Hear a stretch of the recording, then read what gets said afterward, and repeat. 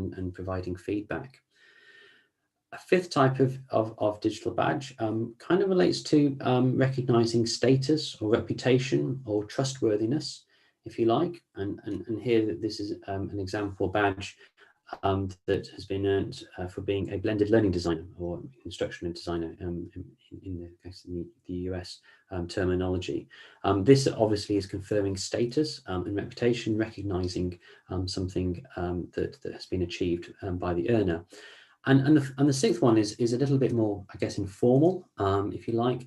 But badges can often be used as souvenirs or mementos. And again, that's one use of digital badges, which maybe isn't used as much necessarily in education, but it is certainly used often more broadly. So there are 6 different types of badges that could be conceived and used, awarded for very different things.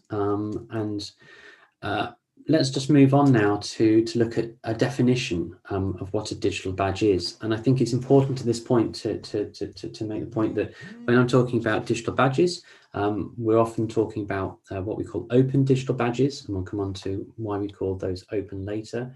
But you may have come across other terms such as digital credentials, micro-credentials. All these got to kind of fit in the same space, but the digital badge is kind of this overarching term that's applied. So this definition really hits all the key points about what a digital badge is. A digital badge is a visible symbol, so it's a visual mark that allows individuals and organizations, so either individuals and organizations, to recognize and communicate skills, learning achievements, practice competence, certifications or accomplishment. So a big range of different kind of things there which can be recognized in a secure, open way online. And unlike a paper certificate, open digital badges are issued online, usually issued by an issuing platform, and we'll talk more about those a bit later on. And they're backed by metadata, and this is a really key thing with open badges, because on the badge you can click on the badge and it will take you through to this metadata, and this metadata can contain comprehensive information about who's earned the badge, the criteria, the learning outcomes, the learning evidence, and who has endorsed it. So we'll break down a little bit more what digital badges are later on, but that gives us an initial working definition. So what's the process of earning and keeping a badge? Well, this is a kind of a stylized flow diagram, if you like. If we start off at the top left, we have the person earning the badge becoming aware of the badge, however that may be. They then read the badge criteria, which are advertised, and decide to earn the badge. And then they have to complete some sort of activity or task. This could be practice, it could be a theory-based activity, and that could be in many different forms. Then some evidence needs to be provided. Now that could be evidence which the individual submits onto the issuing platform to be considered and evaluated. That evidence could be automatically generated by learning analytics, which are captured by a VLE. Or it could be evidence which is captured from online or digital assessment. And then depending on what evidence has been collected, a different type of process is required to make a decision. That might be manual, it might be semi-automated, it might even be automated. So a big range of different ways of making decisions there. And then the badge is awarded. Users will log in, pick up that badge and add it to what we call a digital backpack, which is kind of a collection of where you store all your open badges together. And then those badges can be shared on social media, on your digital CV, etc. And in doing that, not only can you share that more broadly, but it means that others might become aware of the badge too, and then the cycle moves around again. So hopefully that gives a sense of the way in which digital badges work and the kind of digital badges that are being used elsewhere. In respect to TPD, further presentations will unpack these in much more greater detail, but some of the reasons or purposes for using badges in teacher professional development can be recognized here. So first of all, improving classroom practice and supporting teacher career trajectories. Badges also can help build motivation, status and recognition which are all very important, of course. Badges can help make practice accomplishments more visible and shareable, as we've seen. Also helping individuals to monitor their continuous professional development over time, and also to help managers to track and to monitor the uptake of teacher professional development as well. So I'll leave that there for the time being in respect to teacher professional development, and just take a step back, because what I want to do is to present 6 key characteristics which emerge both from the academic literature but also from use in practice. And these are some of the reasons why people put forward digital badges as being very useful, and what they consider to be some of the key affordances. So firstly, flexibility in scale and in being scalable. So badges can work at a range of scales, from the very granular, i.e. focused on one learning activity or one skill, one achievement, or to quite a high level, such as recognising someone has reached a certain level of professional proficiency or has reached a particular milestone. They can be awarded at the end of a course, but also during a course and even outside the confines of the formal course. And that's a really exciting and quite interesting thing about the badges, is that the fact that they don't have to be necessarily linked to a formal unit of learning, if you like.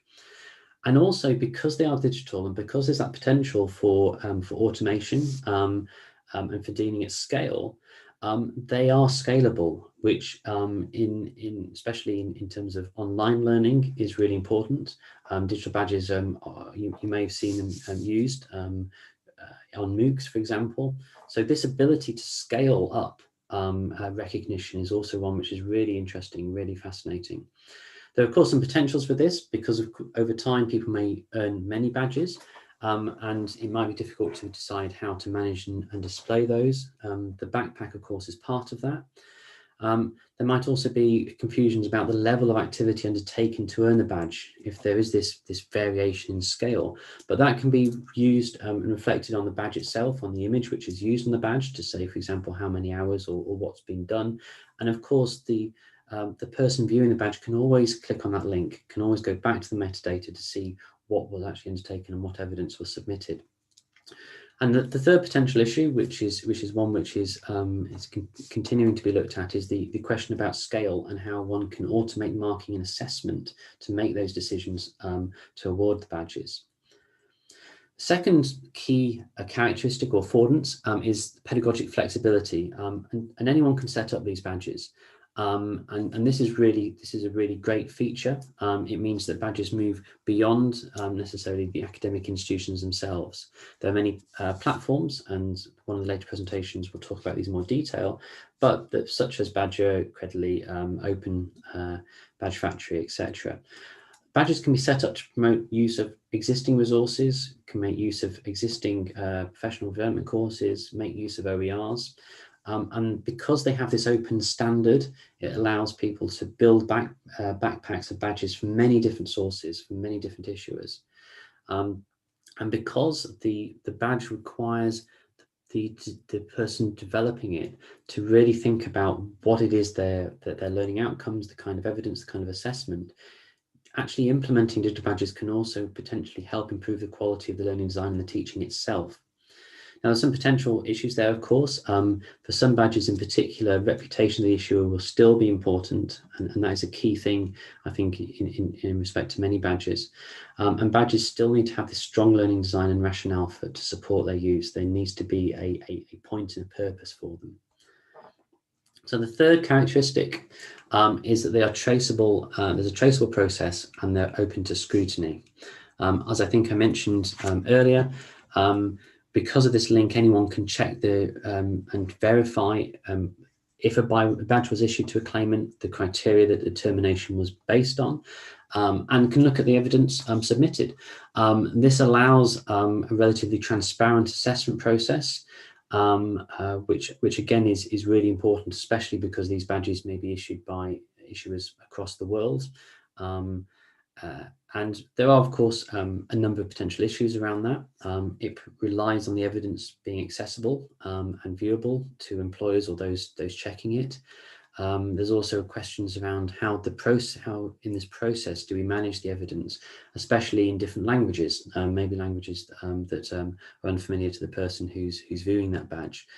And it also might still be possible for people to submit other people's evidence, for example. There are questions about verification there.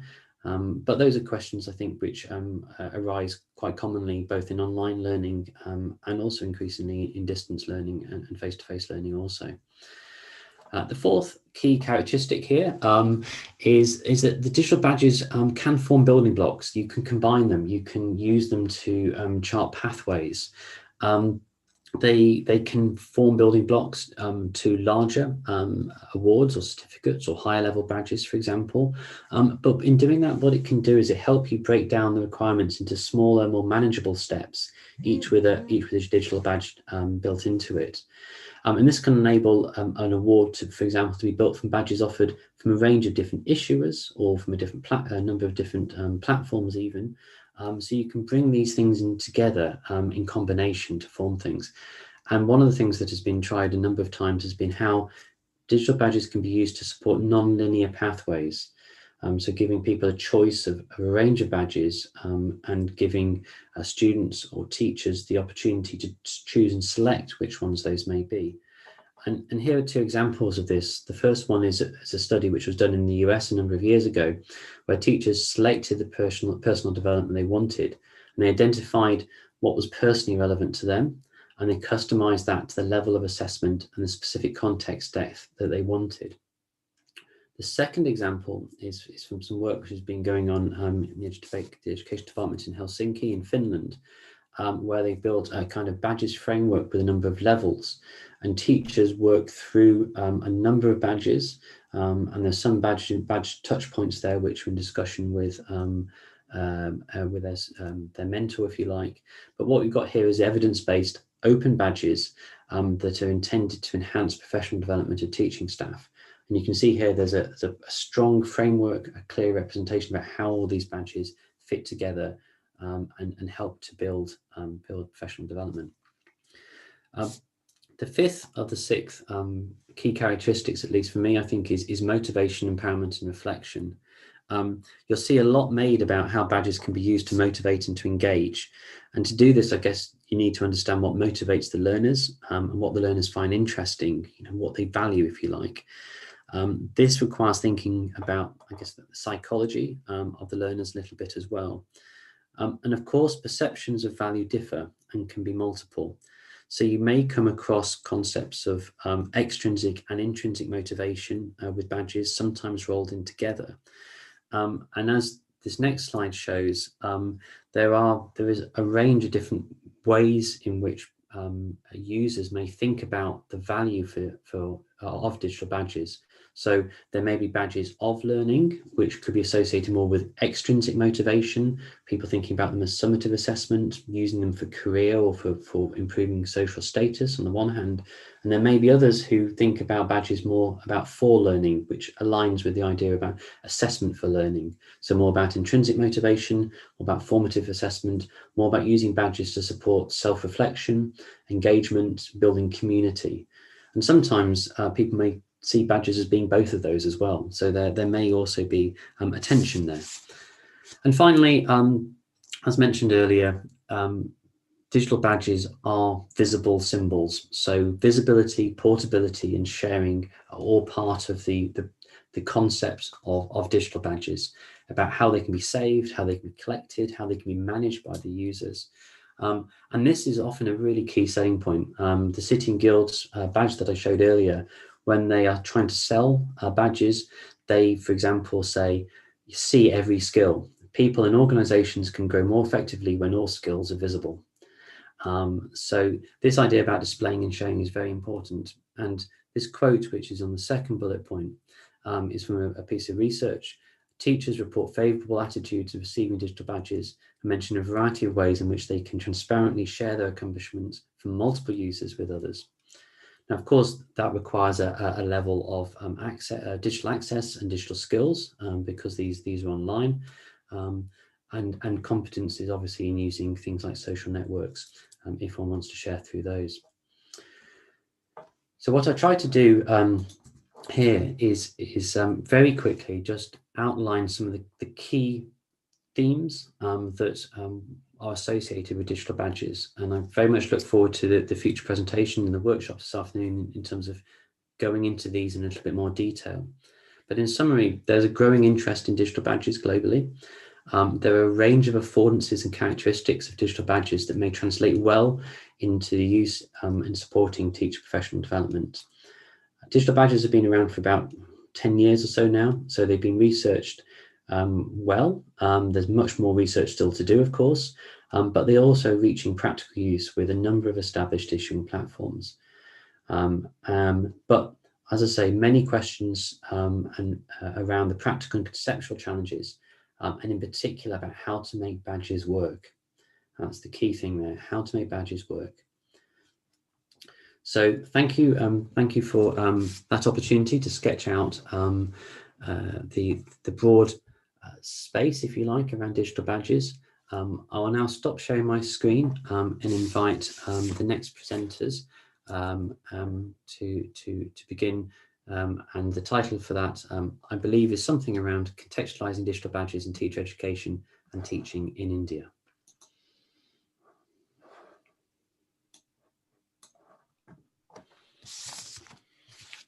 Yeah, thank you very much, Professor Simon.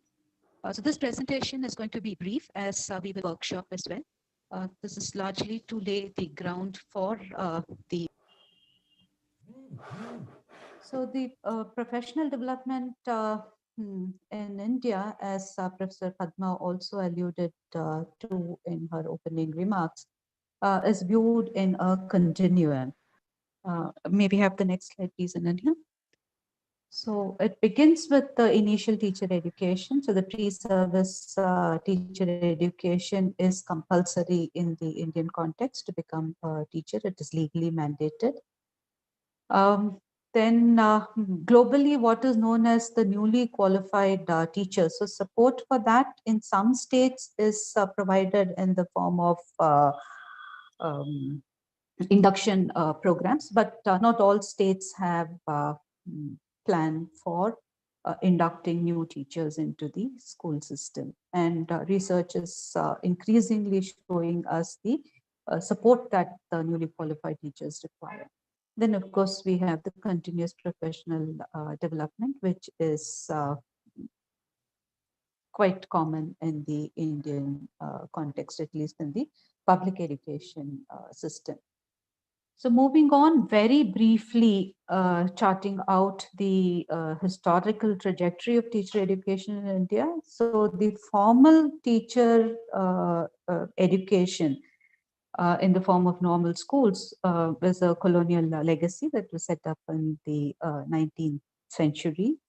And then soon after independence and up until the 1990s, we've had many government committees and both the national education policies in 1968 and as well as the 1986 policy have discussed substantially about teacher education and the need for improving the provisioning for teacher education. In 1995, NCTE was set up as a statutory body to regulate the initial teacher education provisioning in the country. And then the Justice Verma Committee was set up by the Supreme Court in response to a litigation against the very regulatory body. Then currently the National Education Policy, as many of you will be aware, has an entire chapter devoted to teacher education and makes quite a few sweeping recommendations in terms of reimagining teacher education, as it were. So specifically with respect to the recommendations made in the NEP 2020 and the potential use of digital badges. So one of the recommendations that the current national education policy makes is to locate teacher education programs within multidisciplinary institutions. And It calls for a move towards an integrated teacher education program, a 4-year concurrent program, as opposed to the consecutive program that is largely prevalent in the country now, where a 2-year B.Ed is taken up after the undergraduate BA, BSc programs. And then very important component that the national education policy stresses is the continuous professional development for the faculty of education. And the particular case that we will be discussing later on in the afternoon relates to this component of professional development for the faculty of education. So in terms of how initial teacher education sector, of course, it provides many opportunities for institutions to award badges for student teachers within the programs themselves and also from outside the program. Um, but moving mm, forward, we could also explore possibilities of digital badges for institutions themselves, although currently literature does not talk about that. But in India, we could perhaps try and see if such a possibility can emerge.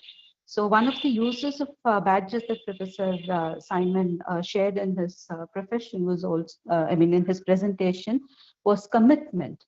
So if we are to move towards a multidisciplinary setup and if we are to begin to offer integrated teacher education program at scale in the country, then institutional collaboration and networking becomes quite critical for us to be able to um, make use of the sparse resources that we have.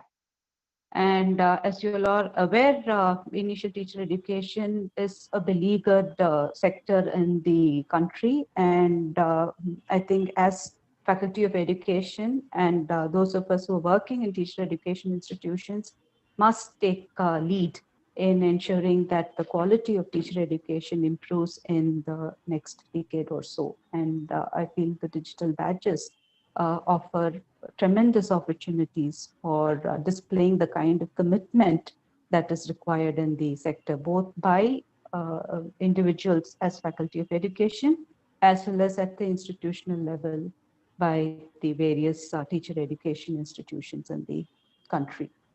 I now invite my colleague, Dr. Amina Charania, to speak to the next slide on the in-service teacher professional development in the country. Over to you, Amina.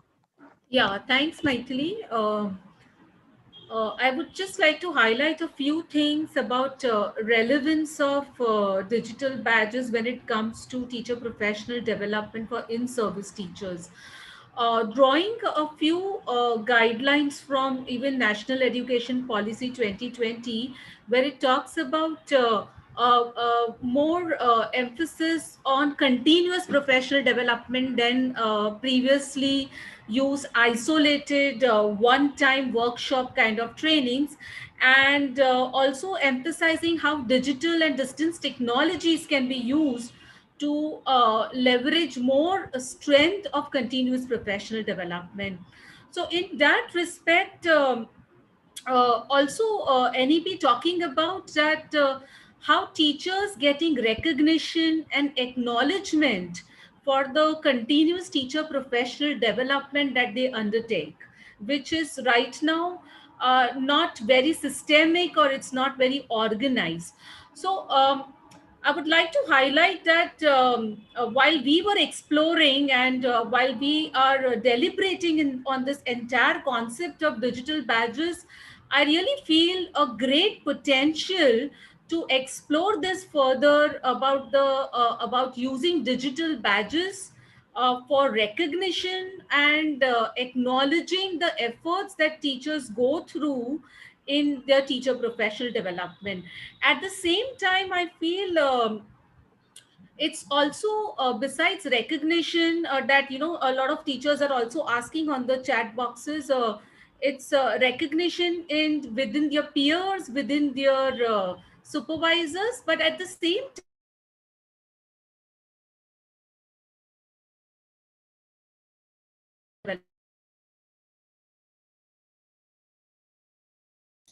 see some demonstration of how teachers or students or even teacher educators can basically track their teacher professional development through digital badges.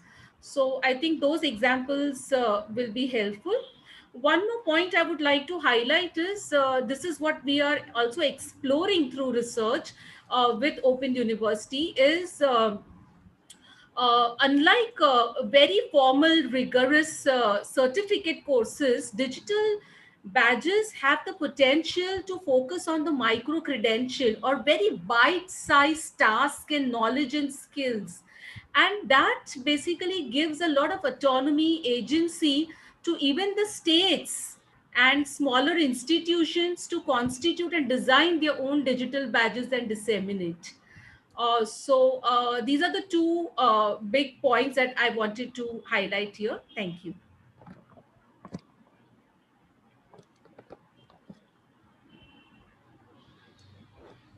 Yeah, over to you, Simon, for the next session. Okay, thank you, Amina, thank you, Matilli. We now have a couple of moments for any emerging question and answers that have come through from the chat. There's one that I've picked up, so I'll maybe address that just as we're putting in place the preparation for the workshop. And that one I think was around asking about the concept of digital badges and about the checking of the authentication, the validity of these badges. Asking, what if someone were to make these badges just like that? I'm not sure if I open that to colleagues to come back on.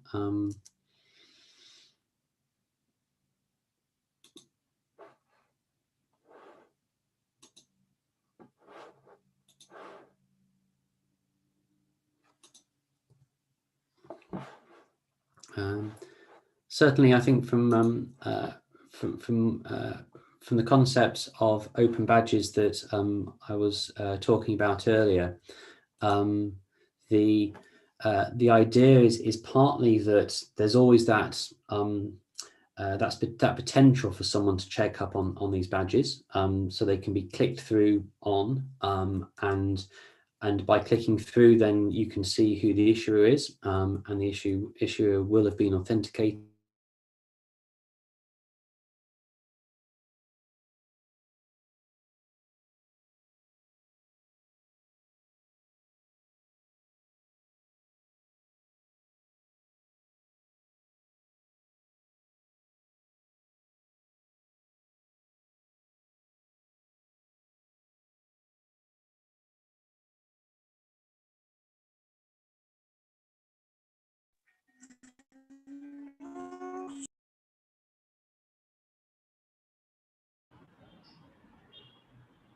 I think we cannot hear. Yeah, I think there must be some problem with Simon's connection. So, yeah, we can take a few questions here. Uh,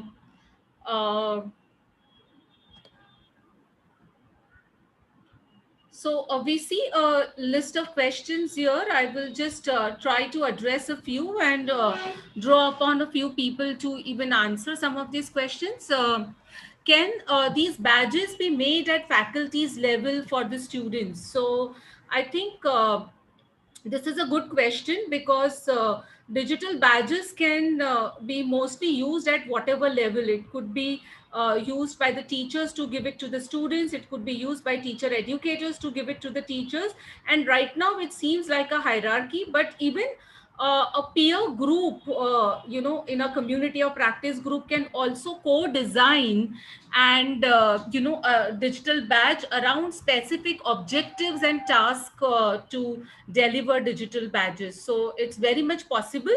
And I think the focus should be more on the task and the objective and what are you giving it for? What are the criteria for awarding a digital badge? That should be very, very clear. And in our next workshop, I think a lot of these things will be deliberated, and you will also get a lot of time to, think and discuss these questions when we divide in groups. Um, yeah, so I think Shreya is talking about that it's very new for her, and the authenticity. Yes, a lot of questions around digital badges are around its authenticity, and how what if someone replicates the digital badge and passes it on social media, then it loses its authenticity. So definitely there is also blockchain technology around it, and then there are a lot of open application which allows you to design and make digital badges very unique, and make it very, very specific to the awarding it to the achievements that have been. And we will talk about 2 pilots that we have done in TIS, and I think that will also kind of clarify a lot of questions. um, I will leave out the question on how to make it authentic and unique, because I think we have a separate session on that where I think these things will be clarified. So maybe I will pause here and we can go to our next activity. And Simon, if you're back, I can hand it over to you. Hi. Or yeah, Simon. Hi, Amina. Thanks so much for picking up on that. I fell out and I wasn't quite sure when I lost my connection. So hopefully you can hear me again now, and hopefully I've got the Q&A slide up, which you can all see, because this is the deck for the next session. So thank you for those questions. Do keep them coming. But what I'd like to do now is to move on to the second part of this event, where we have a workshop session, which will be led by Professor Frida Wolfenden and Dr. Lida Adinolfi from the Open University. If I can move forward, and they'll be working, helping you work through and think about exploring the role of digital badges in TPD. So over to you, Frida, and to Lena. Thank you very much, Simon. Hope you can all hear me. So Frida and I are going to unpack some of the concepts that were introduced at the start of this event, for those of you who are less familiar with digital badges, and indeed those of you who are more familiar, to share your thoughts, ideas, and reflect on how badges might be useful to your own context. There's a little bit of interference, so I don't know if if everyone can mute their their microphones. So next slide, please.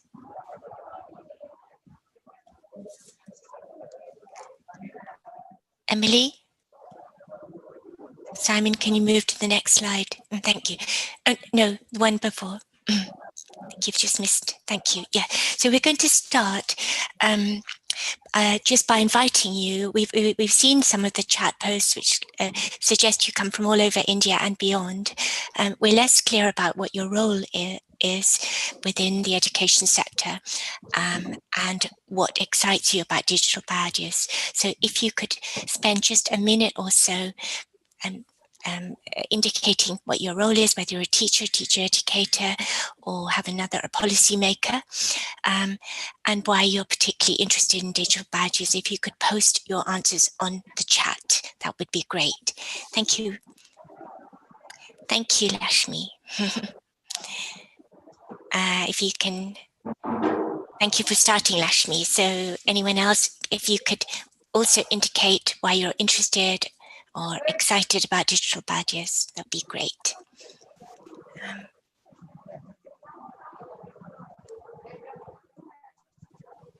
Any more contributions? Thank you, Sumia.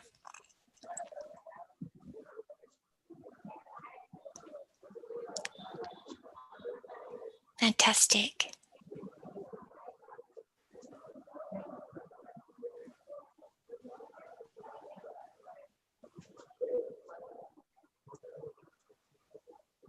I like this idea, it's sense of pride. I think that's really interesting. Yeah. Mm-hmm. So, to facilitate student learning, to update ourselves. Yeah.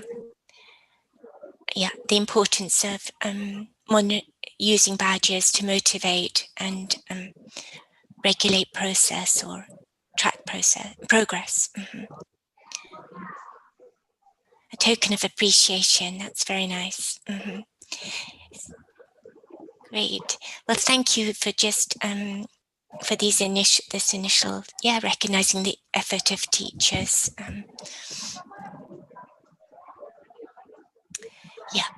Indicating one's growing skill set, I think is really important to show the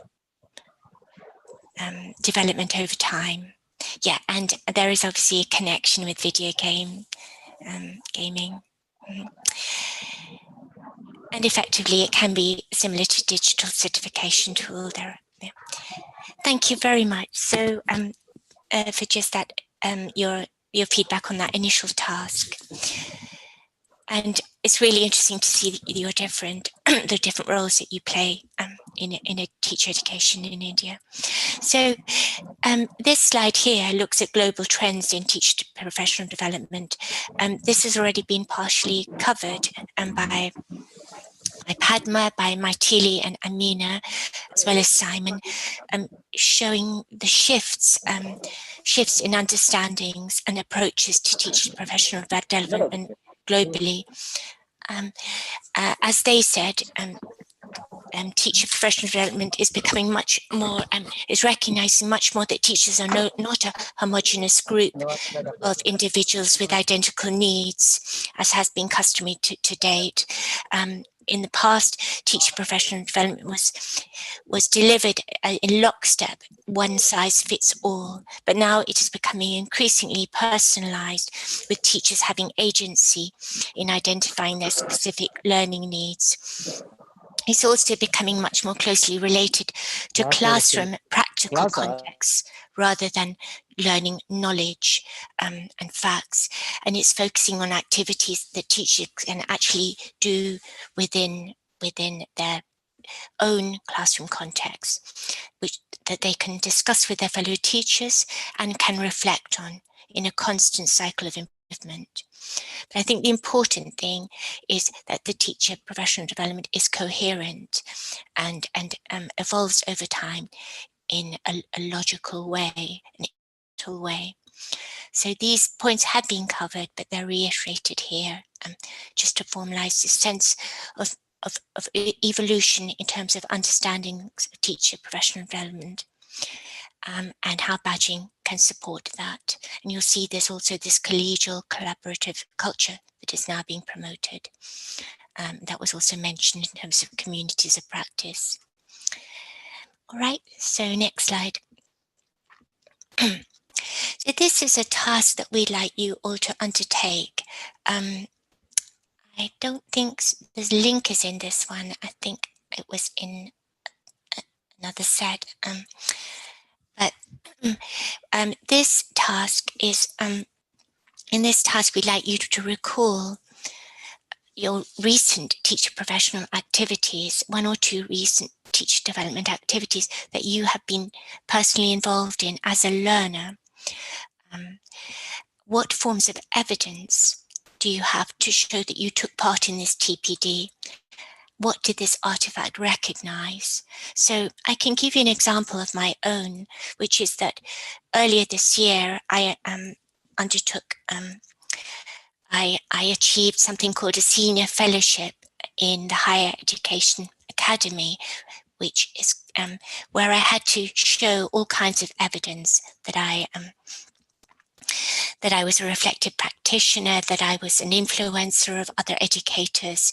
And it was there were 16 different criteria that I had to meet, and I did meet them. And I received a certificate as a result. But after that, I was invited to be a mentor of other colleagues who were undertaking this kind of certification. And to be a mentor, I attended a 2-hour online training. It was provided actually within the Open University. It was delivered by a facilitator with a series of PowerPoint slides. There were about 20 of us who attended, and we were able to ask questions at the end. After those 2 hours, when we'd finished, we were invited to, we were told that we were now qualified mentors. And I found that a little strange because I hadn't shown any evidence of having developed those skills through as a result of that training. We were all considered to have passed, and we hadn't practiced at all. So I think that's quite an interesting and not an uncommon example of the fact that we often receive a certificate or a note of attendance just for participating in some way in a training event. So here we'd like you to complete a form, a link to, using the link provided to just reflect on 2 examples of your development, what you achieved as a result, whether you did achieve a badge or some certificate, and what did that certificate or badge reflect in terms of your gains in skills, your knowledge, your competencies and improvements in practice. So a form, Sohini has provided a form in the chat. If you open that form, you will be able to complete it. Give you 2 minutes to just complete it personally. It's a tiny URL form, and keep it open because you're going to be revisiting that form later. So open the form in the chat, keep it open and just write your own personal notes under each heading. If you can write your notes and reflections under each heading. Just to say, hi Lena, it's Frida. Hi, Just Frida. to say, if you don't, if the link doesn't work for you, or it's too tricky because you're doing this on a phone or something, then just scribble this on a piece of paper next to you. There's no requirement to do this on the form. We just wanted you to kind of think about something that you've done in the last couple of years, as Lena said, just and how that was recognized and what you had to show for the professional development that you undertook. Thank you, Frida. Yes, this isn't a test. You're not going to, it's not part of, it's just for your, for an opportunity to reflect back on your own TPD. Thank you, Shreya. We will be moving on to that shortly about earning, but it is in more detail, but it is an important point. That simply attending an event may not be this, it's not quite, you may not be earning very much as a result of that, or you have nothing to show for that. So give you a little bit longer to just jot down your thoughts in that form, or just a piece of paper or virtually think about these answers.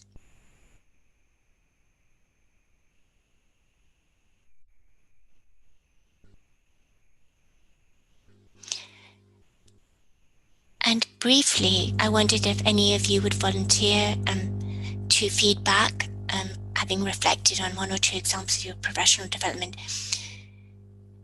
What did you get for it, and what skills or knowledge and competencies were explicitly referred to in that form of as forms of evidence? Does anyone like to volunteer?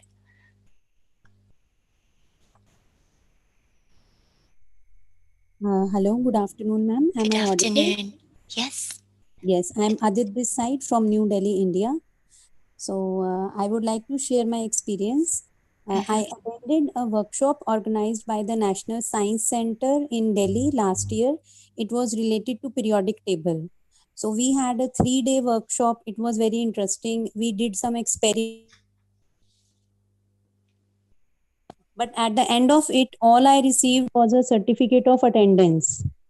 So when I went back to the place where I work, to my school, I shared with my principal ma'am. So she told me that whatever you have learned, you share with your colleagues. So I conducted a small session. I showed them the activities which I had learned. But the certificate which I had received from the workshop, It merely said that I have attended this workshop. There was no mention of what all I have learned or how actively I had participated. It was only that I attended 3-day workshop.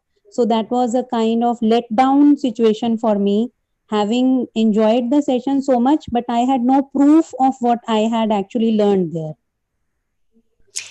Thank you so much for sharing that. It sounds rather similar to my own experience, and it's not an uncommon one.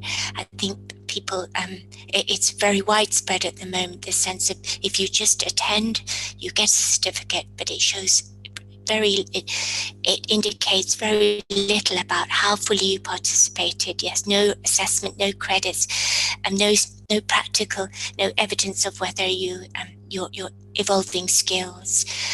So this is extremely common, but hopefully digital badging can disrupt that kind of practice and begin to open up the possibilities. I think we have one other person would like to share, so we'll have one other example of somebody sharing. Hello. Yes, I would like to just put in a point here. I'm Dr. Indrani Lahiri. I was just beginning to type in my response into your Google form, but then when I heard two of these experiences, I thought I'll share mine. You see, because of the pandemic, during this this year, I got the opportunity to, actually take up 4 FDPs, we call it Faculty Development Programs. Okay, so, and it is under a scheme which is promoted by Ministry of Human Resource Development. It's actually Ministry of Education. They call the ministry now in India. So these programs were on a MOOC platform.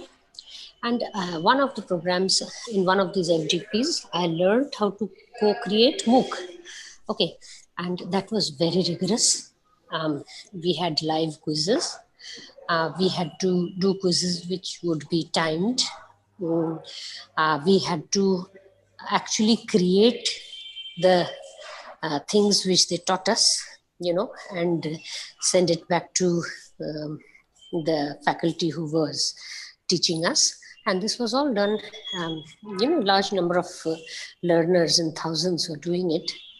And there was a stiff assessment at the end of it, wherein you're given a particular time and you open your question paper and you quickly do it and you send it, and that's it, So it was rigorous, it was tough, and we got a certificate at the end of it. And in there, they would also, give us A, B, A plus, B plus, A, B, whatever, C, D, you get a grading also. So I thought that was a fairly, rigorous way of doing it. But then maybe to add to it, a bit of practice after that, they offer that also. That if you actually want to create what you have learned, they have a platform where you can join up. They have WhatsApp groups where you can join up and...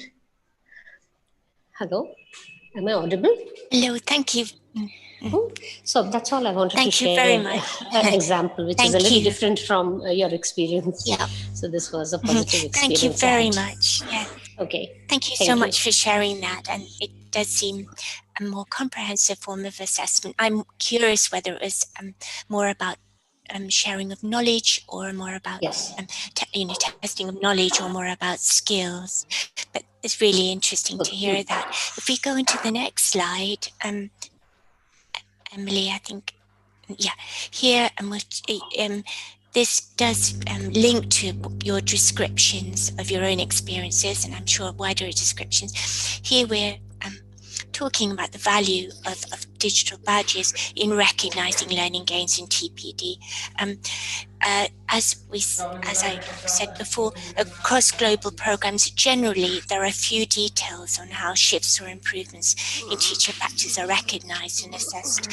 Some of you clearly are have had experiences of more micro assessments of your learning, but overall that has not been the case. how teachers are learning and developing and evolving. And this is particularly critical, we think, digital learning programs, which are becoming more widespread. Although MOOCs are a fantastic innovation, there's a high dropout rate, and again, many of them simply issue a certificate of completion without indicating the learning, the detail of the learning gains, and many of them are just assessed in the form of multiple choice questions or quizzes, rather than evidence of change in classroom practice or other forms of practice. And OER are an important development as well, in that they are inherently personalizable to suit teachers' needs, but they need to include mechanisms for recognizing and rewarding changes in practice, and not just knowledge and non-linear learning pathways. So it's clear that teachers increasingly want recognition for their achievements, and this is where digital badging comes in. Thank you, Emily. Next slide. And here we're just reviewing the distinctiveness of digital badges that was spoken, Simon spoke about earlier. Also Maitili and Amina, the fact that they can reward multiple small and diverse achievements or proficiencies over time, not just an endpoint, but learning points throughout the journey. And the metadata indicates the tasks that have been completed, and it can also reveal the evidence that underpins the awarding of the badge, and they're shareable on social media and maybe more immediate and visible. If you look at this example here, it shows the length of the course, for example. It is called completer, but it will indicate underneath what the learner had to do in order to complete the evidence required. This visibility, the issue of visibility, is interesting. In my many visits to India, I noticed that people proudly demonstrated paper certificates on the wall or under glass on their desk. Visibility of learning seems to be very important, but particularly during the, with the impact of the pandemic, and with learning and teaching going more online, it's harder to see those certificates on the wall, and digital badges create an alternative way of making learning visible through social media in a backpack, and they also are more visible in terms of revealing the evidence and the skills that underpin each individual badge. So thank you. I think I'm move over now to my colleague, Professor Frida Wolfenden. Thanks very much, Lena, and thank you to everyone who's been contributing in the chat. Great questions so far, so please do keep them coming. So I'm going to move on now to a little exercise where we're going to think about how we go about developing a digital badge for a course. We just heard some really good descriptions of professional development that you've recently undertaken. And we're going to take an example of potential professional development and see what we need to do in order to think about the different kinds of badges that could be awarded. So on this slide here, I've just taken something that Simon shared earlier.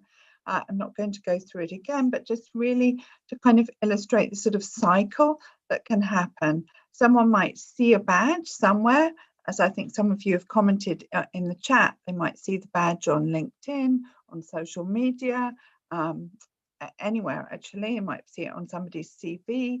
They go and investigate it and decide that actually that's something that they want to do.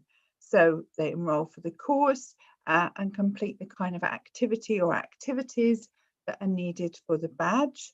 They need to submit some evidence, perhaps, or maybe that evidence is there automatically in an online system. Maybe it's through multiple choice quiz, and then that evidence is assessed, which could be automatically, for example, if it's through some kind of online assessment like a multiple choice, or it could be that actually you've uploaded something from your practice, photographs of learners engaging in a particular activity. photographs of kind of lesson plans or learners' work to really show that actually that was something that you did with your students. If you're successful, you get the badge and then you're able to display it. So that kind of cycle there, we really just wanted to return to that. So thinking now about how does that actually work in action? What do you do if you want to give a badge to your learners, your students? As many of you've mentioned, it's quite motivating. So if we could just move to the next slide. On this next slide, I've put on here a description of a course. It's actually a course that we have, an open course from the Open University, but obviously this is just an example. This could be any course. This is quite a short course. You could be making several badges for a much longer course.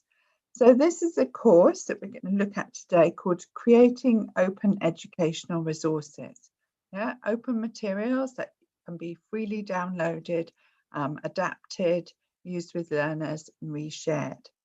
So in this course, which we're going to imagine that we're going to be taking, it introduces you to concepts of open educational resources, talks about how you can create them, make them, how you can use them with students, reuse them, adapt them, and the pedagogy that is inherent in OERs. So it's really about how you can support your own teaching and learning practices using OERs, and the course aims to provide you with skills and confidence. So just to be clear, the writing in green here is a course that we're just using as an example of how you would create a badge. You could have any course here at all. It could be a course about learning to teach maths better using a particular piece of software, for example. It could be a course that is around using participatory methods like group work or pair work with students. So Emily, if you could just click a little bit further. So first thing that we do when we're thinking about creating a badge is to look at the course and say, what are the learning outcomes for the student on this course?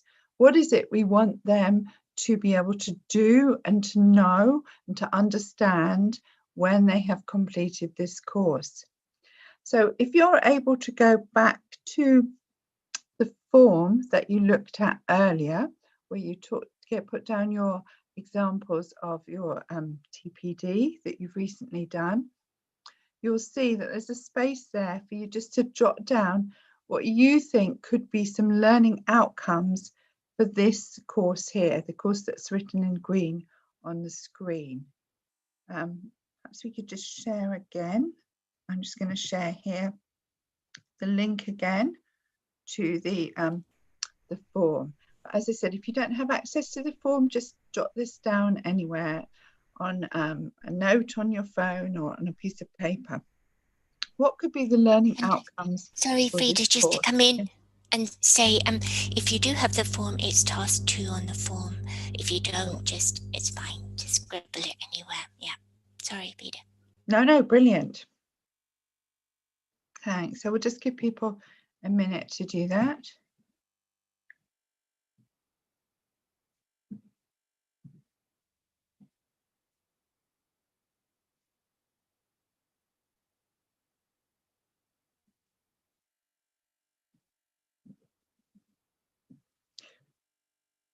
And if you would be happy to share what you have written down or thought about, please do put your hand up.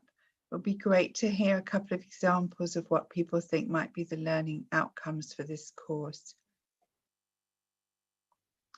Again, just to emphasize, there are lots and lots of answers here, because obviously we haven't given you a lot of detail, but there are many possible learning outcomes. It'd be great to hear some examples from participants.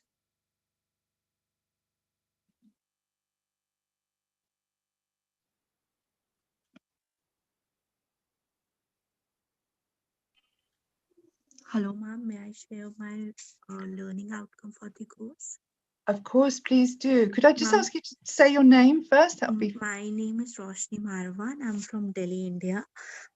So I think that the learning outcome for this course would be cognitive skills, as you know, the people or the learners will be continuously involving their mental faculties to design, create, and use and reuse, educational resources. Mean they will be using their mental faculties to design uh, anything related to this course.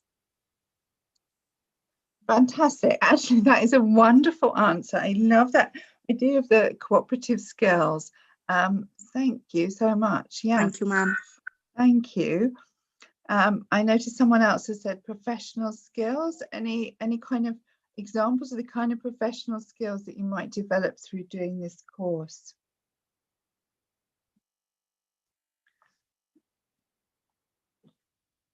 Anyone else like to share?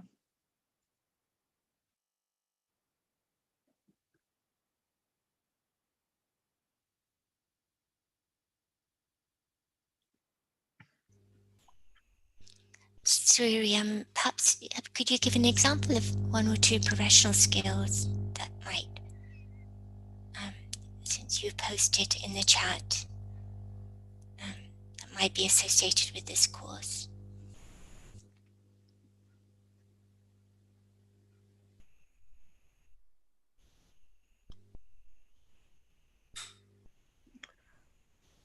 Oh, perhaps not everyone has easy access to I would like to. No problem. Sorry, I think. Yes, ma'am. Can I just share one objective that I feel the teacher would learn? Please. Yeah, I understand that it says the course involves a range of tools and media to support you in developing your own teaching and learning practices using OER. So therefore, the learner is sure to actually apply the skills and add on to his or her own experience in teaching. That is when that person applies the learning to his teaching. So probably they'll be involved in creating their own material or the usage of OER, that is open educational resources. First, they understand it. They understand the usage of it. They understand like the issues that are involved in creation. So that comes under understanding, and how they apply it to their own teaching or their own lessons will be the takeaway for the learner. Fantastic. I really like that too. Great. And that's covering, as you say, the kind of knowledge of what different kinds of resources are and so on. But actually the real critical takeaway is that how to use that with their own students. So great. So Emily, if we could just move to the next slide.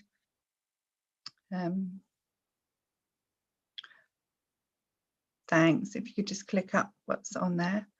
Thanks. So these were the learning outcomes that my colleagues at the Open University put on the course. But obviously, as colleagues have said here, there are lots of different learning outcomes that you could think about from this course.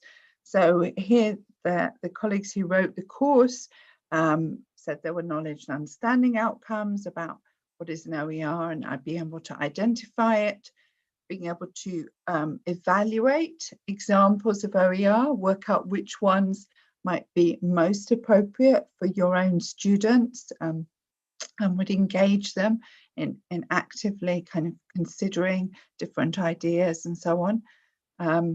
Being able to use them, as our colleagues just said, to plan a structured learning experience for students.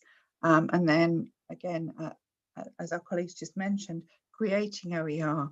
I think it's interesting that my colleagues didn't mention what was shared here earlier, the cooperative skills, which I really like. So there are lots of things that could be there as the learning outcomes. And the reason for thinking about the learning outcomes is that when we want to design a badge, it's really important. We often want to try and move beyond just giving a badge for completion or attendance. I think some people shared earlier that sometimes it's very disappointing if you go and do a course or a day or two's workshop, and what you get at the end just says, I attended this. It doesn't really say what you're able to now do or what you know, having completed that professional development. So a starting point for developing a digital badge is to really think about what is it that the student will learn when they do this professional development. So if you could just click the next bit, Emily.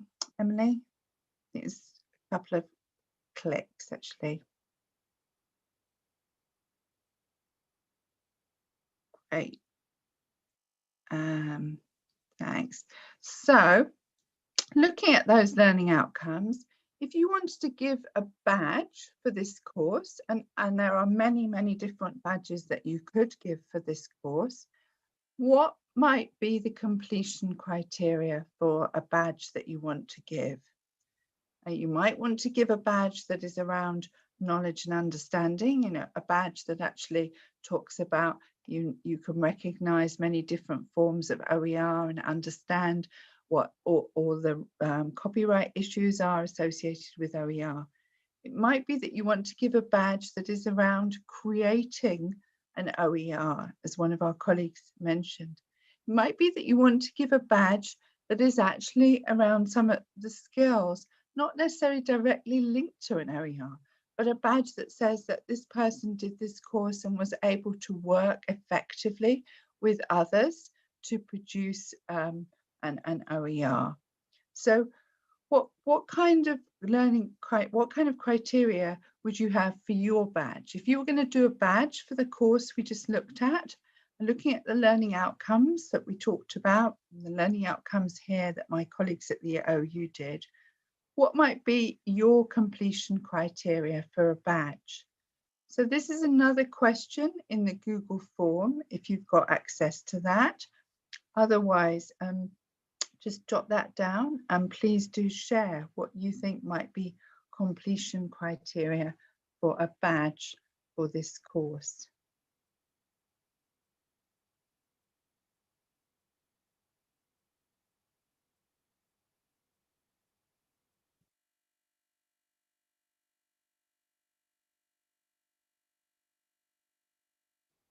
So I think by completion criteria we mean the evidences, what teachers need to show. Yeah, what they need to show.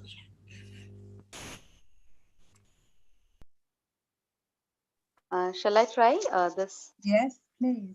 Yeah, I feel the teacher or the learner should be able to provide evidences wherein he or she can prove that they have applied or used whatever they've learned. So probably a lesson plan which talks about the usage of the different OERs and how effectively it's been used and applied. That would be a proof. Probably pictures of execution. That is when the lesson plan is used, probably you take some pictures or a classroom environment where you're using it. Those should be the evidences. If those are provided, then we can check whether the learner has used the resources correctly and whether there is clarity in learning. Fantastic. You've kind of moved through. Excuse me, if you allow. Yes, please. Please yes, do. certainly. Whatever ma'am has said, I do agree with that. And apart from it, you see, when we can say share the social media, YouTube applications as well, when we can upload on social media, and we can even you see conduct some kind of community outreach programs for the underprivileged students or maybe the faculty members, those who are unable to attend these expensive courses, maybe maybe you see even a little bit, even 100 rupee matters for them, so they are not able to get the resources because of the internet, and also we can conduct some courses for them, and that would also be a great evidence, I guess. Absolutely. There are many different sorts of evidence, and in a way thinking about the evidence is something that we will get to in this process of developing the badge. Sorry, do we have someone else who'd like to come in? Ma'am, academically speaking, knowledge and the cognitive domain could be tested for a course like open educational resources through maybe a group discussion. And as in for the professional domain, maybe, you know, coming out with something concrete, something that could reach the society through, you know, social outreach programs or something like that. Maybe that could be one way to measure it, measure the outcome. Yes, exactly. So if you wanted to do social outreach, maybe your badge then would be something called, you know, I'm you know, community linker or something like community engagement. So if we, Emily, if we just move to the next slide, what you're doing is very realistic in terms of what people do when we're thinking about a badge. We often think about the evidence, which we'll come to in a second, but we also need to think about what might the badge be. If you could just click down. So, sorry. So I just put on here, oops, can we go back? Yeah, I put on here 2 examples of badges that are with criteria that you could have for this course. One was that you could be an OER user, that you're able to find suitable OER and use them with your students. Right. Or the alternative is that perhaps you could be an OER producer, an OER creator, making OERs, using them with students, evaluating them. But you've come up with many, many other ideas that you could have for a badge. As someone just said, maybe that you're doing something about outreach work with the community. So that do need to think of what your badge would be called, right? That actually encapsulates what the learner is showing by being awarded that badge. So the 2 here, OER user, OER producer, are obviously just examples. If we went back to the example that someone gave earlier about cooperative skills, you know, we could have something that you're a good team person, you're a good team player, we often say. So many different things that you could use to be the criteria for a badge. So if we just move to the next slide, then the next thing, of course, is to think about what's the activity that this learner would do in order to earn the badge. So depending on what your badge is about, then they need to do the activity. So obviously, if we're talking about a badge which is around creating OER, then we need somebody to create some OERs for their students. If it's around locating them, we need them to go out and find them. If it was about working in a group, we need to set up an activity that is there for people to participate in. So there are lots of different activities that you can think of depending on what your completion criteria are. If you've been thinking about a badge yourself, you might want to jot down in the Google form what your activity is that would lead to that completion criteria. And then if we just move to the next slide.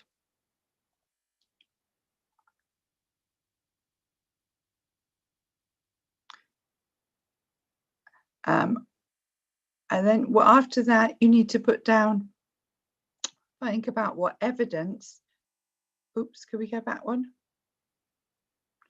What evidence you need to, that's great, thanks. Evidence you need to submit to be verified and assessed in order to get the badge. So coming back to the examples that I gave earlier, that if you had a badge that said that the person who completed it was an OER user, then you might want to upload their adapted OERs with a reflection on how you adapted for your students and how they responded. If you were an OER producer, you might want the student to upload the new OER with evidence that their students used it and how they shared that new OER. So like screenshots or photographs and so on. Yes, there are many, many ways of thinking about a badge. But I think what we often move to quite quickly, and that was happened here in this discussion, is what kind of evidence we want. Yes, we need the evidence, but we also need to think, what activity would the learner have to do in order to generate that evidence? And then what is that evidence going to be used to against? What are the completion criteria for the badge? So 3 stages there, which are probably not quite as linear as that. Lena's always talking to me about how they're much more iterative, probably much more cyclical, but you have the criteria, the activity, and the evidence. Would anyone like to share anything that they've thought about in terms of the badge that we've been considering this afternoon? I think it's a really important question in the chat, Frida, which could be usefully clarified, is from Sharia Sareen. Should the badges be made according to the activity, or the activity be planned according to the badges? It's effectively the activities need to link closely to the learning objectives, which will then feed into the badge design. Yeah. Did you want to add to that, Frida? Yeah, I agree, Lena. I think it's a fantastic question, because I think it very much depends on the context. If you're doing just a one-off activity with people, you might just then kind of design your badge around that activity. But I think one of the things that we're thinking about today, and both colleagues earlier who spoke, Mythelia and Amina, talked about this, but if we're talking about badges within the new sort of framework for TPD that is developing in India, you probably want to have badges that relate to each other. So you probably want to think about your framework of badges first, and then the activities and the evidence that you would need for each of those badges. So if you were thinking about, I want to take these teachers on a journey, and maybe on this journey, which goes for 6 months, we might have 6 badges. You obviously might want the badges to build on each other and to articulate with each other, so that they don't duplicate or sort of overlap in any way, but they provide a sequence of learning. And so, as I think some of you commented earlier, they really support progress in learning. But I think the important point that Frida's making, and we're making there, is that even if you decide on what badges you want teachers to be able to earn, you need to really think about what you want them to learn, what are the learning objectives, and then design the activities to reflect those learning objectives. So the learning objectives are at the heart of digital badges. Yeah. Okay, Frida. Yes, and there's another very good comment now about uploading teaching materials in YouTube, and as that Simon has commented, I think that's great, right? The teacher can upload their materials to YouTube, and then in the course of the activity provide a link to that, so that the person who's verifying and assessing can go and look at it. But I think at the bottom here, I've raised some questions, which I think we're going to look at in a few minutes when we break out into smaller groups. This all sounds great. And perhaps if you're doing this with just a few teachers on a course, this all sounds wonderful, because maybe you as the course leader or the teacher, tutor, professor on the course, you can look at what your students have uploaded to YouTube. But if you're doing a course, and somebody referred to just now about reaching out into the community, if you're doing a course with 500 teachers, realistically, you can't sit there and look at all their 500 YouTube links or their 500 photographs of what they did with their children. So perhaps need to think about how we can do that verification and assessment at scale. Does that influence the kind of evidence that we want? Sometimes I think it probably does. And sometimes it pushes us to use things like multiple choice questions because they can be marked automatically. And I think that for me, that's quite problematic, because I don't think those kind of automatic assessments are able to really show how teachers are using new ideas in their classrooms with their students. So something that we've kind of been thinking about quite a bit in our work is how you might use peer assessment, get students to assess each other when you've got large numbers of students.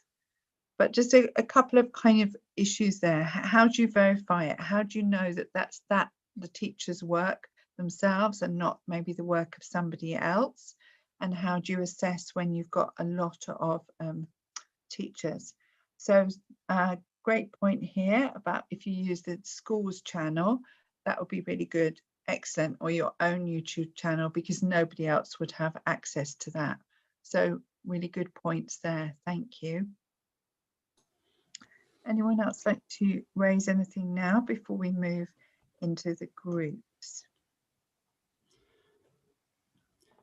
Frida, sorry, this is Simon here. I was thinking that, that maybe given we've been getting some really good conversation, I think, in the main room, whether we have about 15 minutes, obviously, left for the workshop element of this, but whether we might want to not break out into those rooms, but to stay in the main group for those final couple of questions. I don't know what you think about that suggestion. Very happy to do that if that's okay with people and they're happy contributing. So yes, okay, so let's just move on. We've got one more small activity for you, which is coming back to the reflection that you were doing with Lena about the TPD that you have experienced in the last couple of years. And you'll see now we've added a new column on the right hand side, point 4. Could a digital badge have been used for this professional development? And if so, what might it have recognised and what evidence might have been used? So if you've been looking at the Google form, we'd really like to invite you now to go back to it and look at the answers that you put earlier on this afternoon about examples of professional development and what you were given there to recognise it, and think, could a digital badge have been used? So we'll just kind of pause for a minute to give people time to do that, or just to reflect on it, and then share some answers.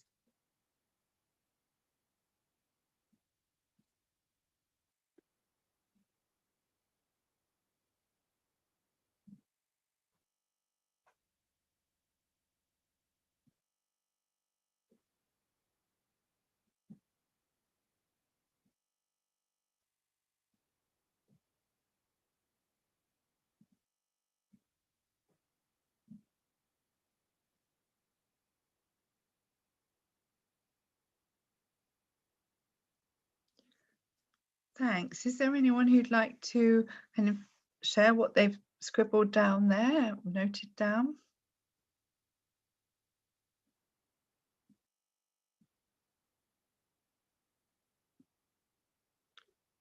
Perhaps the two colleagues who shared earlier with Lena, could you come back now and reflect, would a digital badge have been appropriate for the professional development that you described to us?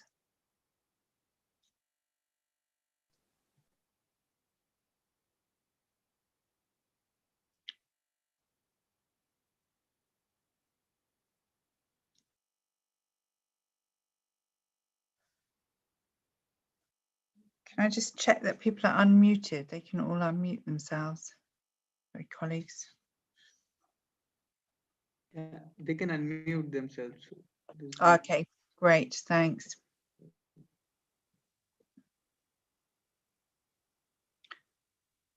If helpful, Frida, perhaps we could use Would you an example perhaps, of the yes, mentor training.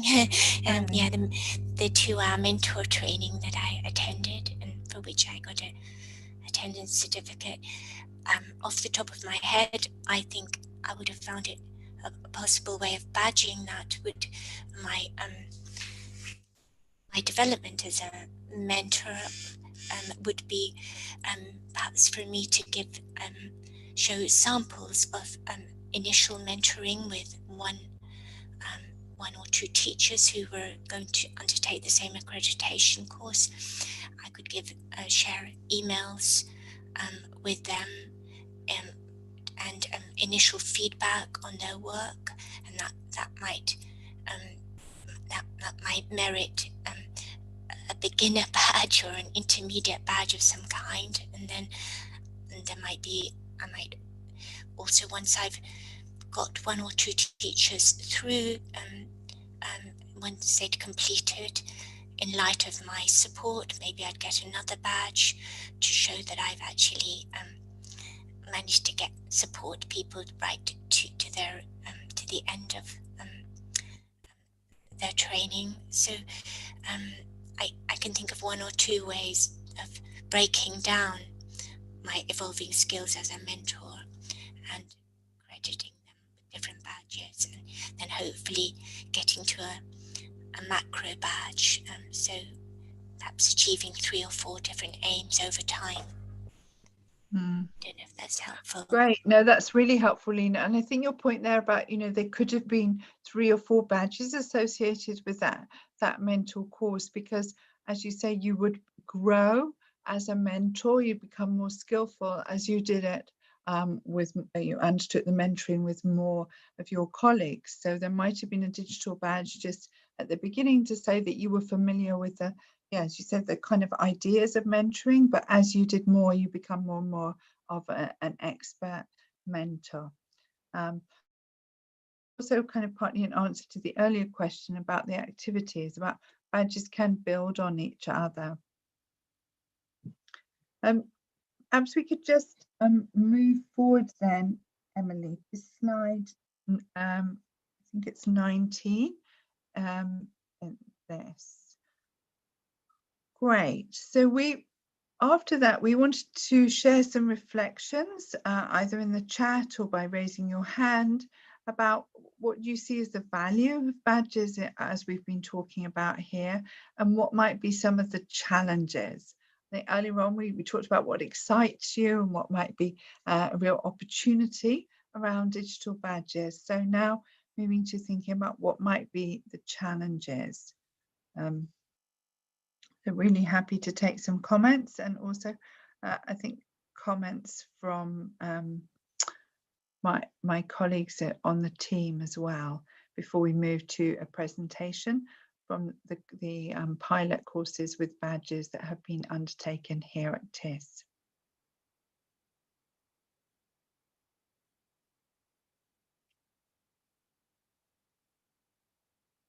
Here we're hoping that by going through the process of breaking down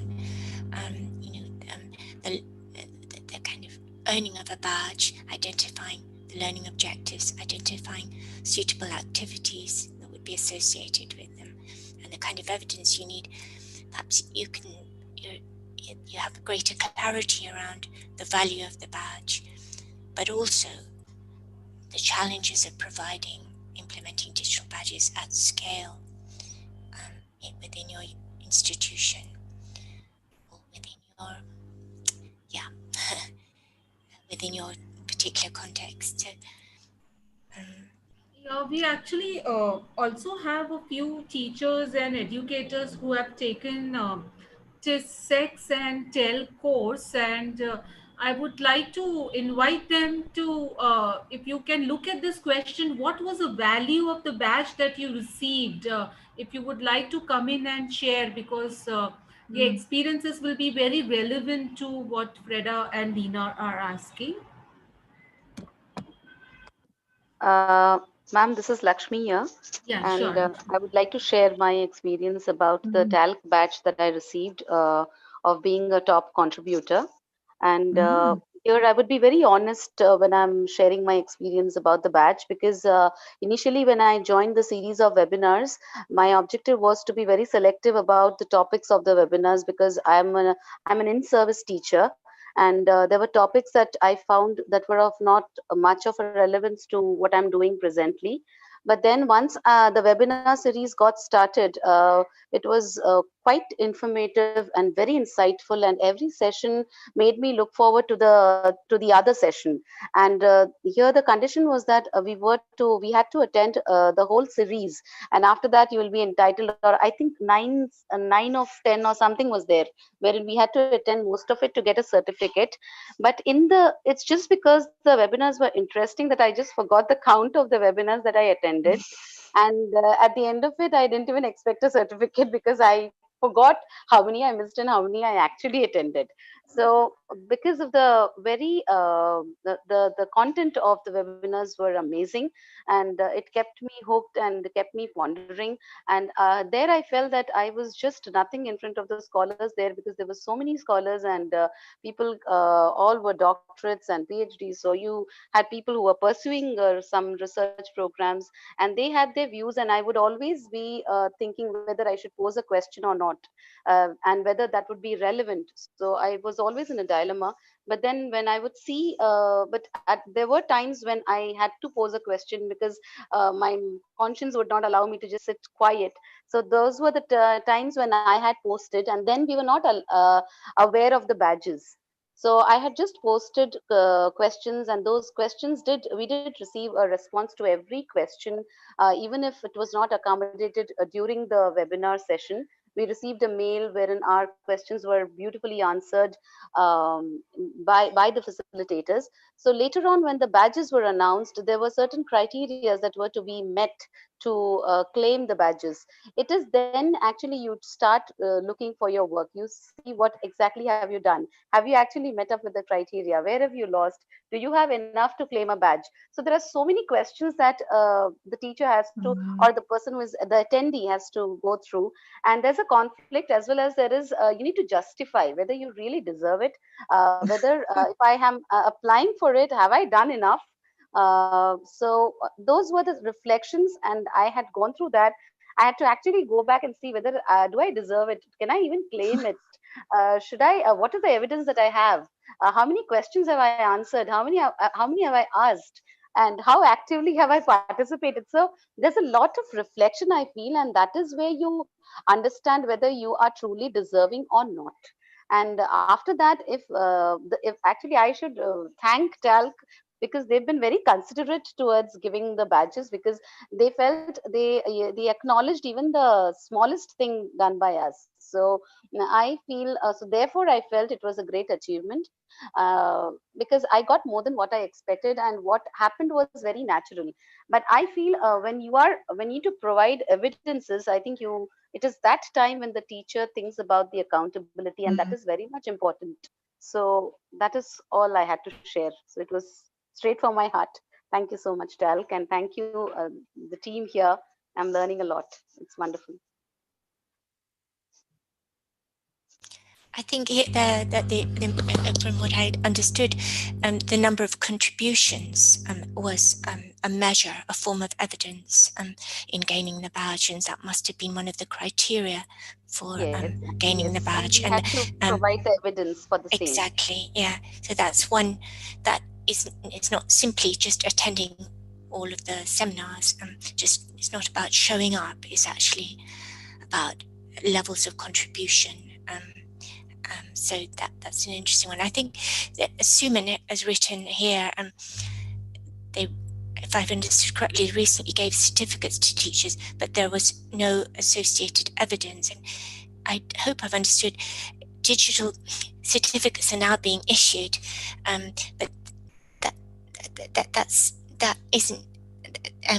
that may be just simply for completion or attendance without necessarily showing learning over time. And there is a risk of simply replacing an old-fashioned certificate of attendance with a digital badge without all unpacking what learning has taken place and showing the evidence. I think it shouldn't just be a new fashion, a new fad. Ideally, it's an opportunity to really recognise teacher learning over time and new forms of teacher learning. So, yeah. Thanks, Lena. But in relation to what you've said, I just think that's what I was just so totally fascinated me about the colleague who's just shared getting the badge through the webinar series, because in seminars about the idea of teachers reflecting, do I deserve the badge, and then before they claim it, and sort of self-assessing against the criteria. I think, as I think Mythili's posted, that's something I think that we perhaps, I'm certainly pondering on that. I can see there was a colleague here who wanted to share. Goodness, please, do you want to just start sharing, please? Yeah, could I just put in a word here? Yeah, from the discussions, I see that there are, different levels of learning which teachers might want to do, one would be at an awareness level, perhaps, where you attend some webinars and maybe a brief quiz at the end of it just tells you, is sufficient to earn you a badge. Or the other could be a very intensive one where you really need to, have lots of criteria to earn the badge. So perhaps we might need different levels of, what the teacher would like to, everything cannot be tough. Sometimes it's a very rigorous program. Sometimes one would just like to have some awareness. So perhaps we can think of different levels. So that was one suggestion. And again, what I find very, very interesting about these badges, and I think which will be really accepted by people, is that you can, break it down into smaller activities and earn it through, and then pile it up together to reach a certification or whatever. Because sometimes as a teacher is working, since you're working, you're justifying your job and everything else. And sometimes a rigorous course might be too tough to do at one go. So this is very interesting, very motivating for a teacher that, okay, I've, sort of completed a small step today and I can add this to my, completing a larger goal that I have. So absolutely thumbs up for this concept. Thank you. Thanks. I think those are really great points. Thank you so much for sharing them. I think that idea of just having smaller kind of tasks, achievements that can be recognized, that maybe with a badge that maybe could add up to, a higher level badge when you've maybe been able to achieve a certain number of these smaller badges. That's a really great point. And I really I think your point about the reality of teachers' lives. I mean, that resonates so well with me. I feel I'm always talking about we need to understand what's possible for teachers and not be setting, huge expectations all the time. They have many, many demands on them. Thank you. Yes. I know that. Thank you. My pleasure. Aditi has got a question, but I'm also aware that we need to wrap up very shortly. Have we got time for one more question? I think so. Yep. Please do. Aditi, I think. Did you want to ask something? I did. Or was there anyone else with a hand up? I can't always see. Ma'am, I raised my hand earlier because you were calling out for me, but I had some issue. So I wanted to share like the experience which I shared earlier, that I got the certificate of attendance. But if I had got some badge, some digital badge, then that would have made a world of difference. The school authorities, my colleagues and everybody, then they, it was like an evidence that, okay, this teacher has undergone this much of training and now she's good to share her experience and her knowledge with her colleagues. But when I just got the attendance certificate, it was like more like a push from my side that I have learned something interesting. I want to share with my fellow teachers. So they allowed me, okay, if you wish, you may do so. But if the badge would have been there, that would have actually made a difference, that yes, the teacher actually has earned the badge and she must have been learning something in these few days. So I think badge is always better than just the certificate of attendance. Thank you for that. I think it's really important to clarify, however, that a badge shouldn't simply replace a certificate of attendance. It's really what we're trying to promote here and reinforce is that digital badges, because they can be unpacked and they can have all this evidence of learning underneath them and show what skills and competencies have been gained. These are these provide an opportunity for really revealing learning over teacher learning over time. So just receiving a badge in place of a certificate is neither here nor there. It's really about creating badges which reflect true learning, more micro learning. Sorry, go ahead. No, Selina, I was just going to say, I think that's what our colleague was saying, that had she had a badge that illustrated all that. Exactly, sure. I'm sorry, maybe I misunderstood, but I think, yes, and I also think you make quite an interesting point there. The fact that you went and you were sharing your learning with your colleagues, in theory, you might have got another badge for that, an additional badge which shows further skills development and working with others. Sorry, Lena. So that's important too. Yeah. Sorry. Thank you. Yeah. Yes, thank you. I think we need to wrap up this to move on now, if we may. I think it's been really interesting discussion, and thank you so much for colleagues for sharing their experiences, and I think really interesting comments around reflection and about earning and about how badges could really make a difference in terms of actually really making visible what had been earned rather than just being given something. And I think that's really great. We will have, I think, another short opportunity to for discussion towards the end of the event, but I'm very much keen now to move on to look at the two. I'll stop sharing my screen. To look at the two pilot implementations that have taken place over the last year. So this session, implementing digital badges at TIS, views from course leaders and course learners. And if I may invite Amina Maitili to take on this next session. I'm really interested to hear about these pilots. Thank you. Thanks, Simon. Yeah, so I will start with our one of our pilots that we used using the open edX kind of a platform that we have developed at TIS, which is called TISX. If we go to the next slide, just a little bit of context. So this is the course that I think some of you here have already taken, which was technologies for online learning in school education. So giving a little bit of context here, we started this course in May, and we have been thinking about this since after the COVID lockdown started. And we have this course is coming from a certificate course on constructive teaching and learning with technology for teachers and teacher educators. And what we thought that we have been using this certificate course for quite a long time now, but in this COVID situation, we thought it will be nice to basically scale up some components of this course and give it like a free access self-paced course so that more and more teachers who are struggling in this new context can benefit from it.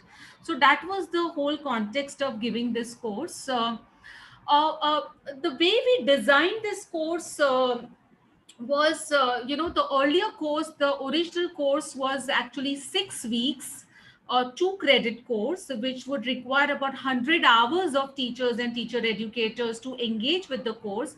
But to make it very COVID special and the mere objective of, helping out teachers in private schools, government schools, colleges, everywhere to get some skills and knowledge on distance technologies, and also how to use distance technologies in implementing activity-based learning, and not in a way that the learners are passively consuming some digital resources. So in a way, we were trying to deliberate and discuss and develop skills, knowledge, and very importantly practice for constructive teaching and learning with technology. So we kind of shrink this course as 10 hours, which was highly facilitative course. We made it self-paced so that teachers can take it at whatever time and whatever pace they want, and take whatever units they would find it very interesting. We added certain components and emphasized more on distance technologies, open educational resources, and and although this course we had actually shrunk it to only 10 hours of engagement, we kept it open for 18 weeks. So these are some of the design decisions that we took in the new context. Now, when it really came to digital badges, we had never planned to use a digital badge. So we were actually thinking that this is not a certificate course. It is not as rigorous as certificate course, but we really don't want teachers and teacher educators to just browse through some of the units and then forget about it. We really wanted some meaningful engagement that they can get out of it. So one of the solutions I think came, and this was also in association with Open University and our discussions, we decided to bring a component of digital badge, primarily because it allowed us to a digital badge allowed us to look at that micro credential, giving very bite size of the entire course into something which was very useful at that time, and also reinforce our learners for the practice that they have shown in the field. So although this course, the free course had started already, and we had never thought of digital badge, but we thought, never mind, let's just introduce digital badge and let's see what happens. So it was kind of a pilot from our side. So although the course started in May, we introduced digital badge only in June. And one of the trend that we found was that the enrollment level just kind of shot, after the digital badge was introduced. It was not only introducing the digital badge which must have led to this, but also communication of to the same learners and other learners outside through social media. I think that allowed, but somehow this digital badge brought a lot of excitement, and the enrollment rates actually really went up. So that is something noteworthy, and we will spend a lot of time maybe in the coming months to understand very deeply that what really happened with the digital badge. But there are some findings which are interesting that I would like to highlight here. Can we go to the next slide? Yeah, so although we this was a free course and it was self-paced, and teachers and educators would just go through, we when we introduced digital badge, we didn't want it to be a participation, or you have actually spent some screen time, or you have come for a lively session. No, we were very sure, and I think the discussions with Open University really helped us. We created criteria, who will get this digital badge. So, and we were sure that anyways, the edX kind of a platform gives 1% as completion. So we were not, and this was a pilot, we were not very worried about the percentage of completion. But we were glad that we kind of very quickly created certain criteria. So what we said was that there are 4 units in this course, and each unit will require an assignment. So some of the assignments were take a quiz, have a discussion, but very importantly, some of the units had assignment to create a lesson plan, use a constructive teaching learning environment within a topic in your subject, and then implement it in the distance mode, and then come back and reflect. And we actually converted this into a peer assessment, and we thought this is going to be very challenging, and maybe people will just stay with MCQs and not. But I think we were very happy to see that uh, uh, about 90 learners, out of 1300, of course, it's a very small percentage, but at least 90 learners completed the digital badge. And we were very ambitious. So we said 100% of assignment will give, but I think we realized that, we also have to accommodate, and we brought the criteria down to 70%. And I think that brought 90 learners. So just sharing that it was a very iterative process, but somehow this pilot kind of converted about 90 learners as completers of this challenging batch. Yeah, can we go to the next slide? Um, yeah, so the survey that we conducted brought a few insights which were very useful.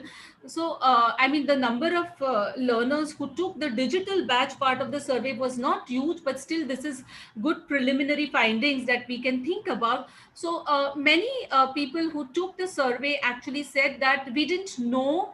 Like we knew about the digital badge, but we have a majority of them said that we have never seen a digital badge in a course. So that was quite encouraging that they took this challenge and actually went with this whole thing, and certain things, I think a majority of the people who took the survey, the learners who took the survey, said that this will really bring a lot of value, not only to share the digital badge on social media and get a lot of recognition from their peers and friends, but also it will be very useful for them to share it with their supervisors and map it to their career trajectory. So I think a trend saying that they were thinking and they found that the value attached to even use it in their career trajectory, I think was huge at this level. Can we go to the next slide, please? Yeah. I will invite Sohini to talk a little bit about learners' perspective. We thought we will not have time to get a few learners here to speak about it. So we have captured some of their reflections here. Sohini, would you like to come in here? Yeah, thanks. Yeah. Thanks, Amina. Yeah, as you can see, so we could capture some of the perspectives from our from the learners in the course. So they did share that the course was very interesting because they got to know a lot of things around how to use active learning approaches within the online learning environment. So besides that, they also shared that have getting a digital badge was something new for them, and it also motivated them to complete the course activities. And they were also of this view that it added a value to the learners achievement, because it recognized their achievement within the course, though it was self-paced and a free online course. And as you can see, one of them also suggested that hopefully in future state government schools will be able to integrate it as part of the CPD, the continuous professional development approach or model for the teachers. Can we go to the next slide? Yeah, I would just like to highlight few of the challenges that we faced during while we introduced digital badges within the course. As we had, as Amina shared, that we had introduced the badges after the course had started. So the course started in May and we introduced it in June. So it was a bit of a challenge to communicate it to the learners who were already within the course and were engaged with the units. But we did communicate through emails, through the course platform, and also through social media, but it was a bit of a challenge. And also one more thing I would say, it was because it was an ungraded course. So once we introduced the badge within the course, we had to make modifications. We had to set a criteria for receiving the badge, and for that we made some modifications on the platform and synced it to the existing scoring criteria within the platform, and also integrate these criterias for receiving badge at the end of the course. Yeah, can we go to the next one? Yeah, this is an example of another pilot, which pilot where we had used the concept of digital badges. So we have a program within the center which is called Integrated Approach to Technology in Education. So within this program, the teachers did develop certain lesson plans in regional languages during this COVID lockdown. So they develop these regional lesson plans with activities which can be conducted by teachers and students even in the distance mode. And these were uploaded on this blog which we had created called IT Goes Online. So we acknowledged these teachers who had contributed in designing these lesson plans by giving them this badge, as you can see, and this badge was given in collaboration with the Samagra Shiksha Abhiyan in Assam. So I think this really motivated the teachers, and there has been more than 11,000 times access on this IT blog by several teachers and students in the state of Assam. So I think this mini pilot also worked well. Yeah, I would now request Maithili to come and share about their pilot implementation of badges in the TALC program. Thank you. Yeah. Thank you, Sohini. This program is of a different nature from what my colleagues Amina and Sohini just shared. This is about a community of practice and not a course. Moving on to the next slide. So very briefly, we will share with you what this community of practice is about and how did digital badges fit into it. And also very briefly on why this COP was set up and how it was set up. Next slide, please. So this was initiated in collaboration by the Center for Education, Innovation and Action Research at TISS and the Department of Education, University of Mumbai. I'm very happy that my colleague, Professor Sybil Thomas, is here as well. Primarily, it was set up to provide support for MEd students whose coursework was not yet complete at that point in time, and their faculty of education during the lockdown period. So basically, we wanted to go beyond just the course work alone, but also initiate it started more informally as a community of practice that can eventually facilitate local action and agency among the members over a period of time.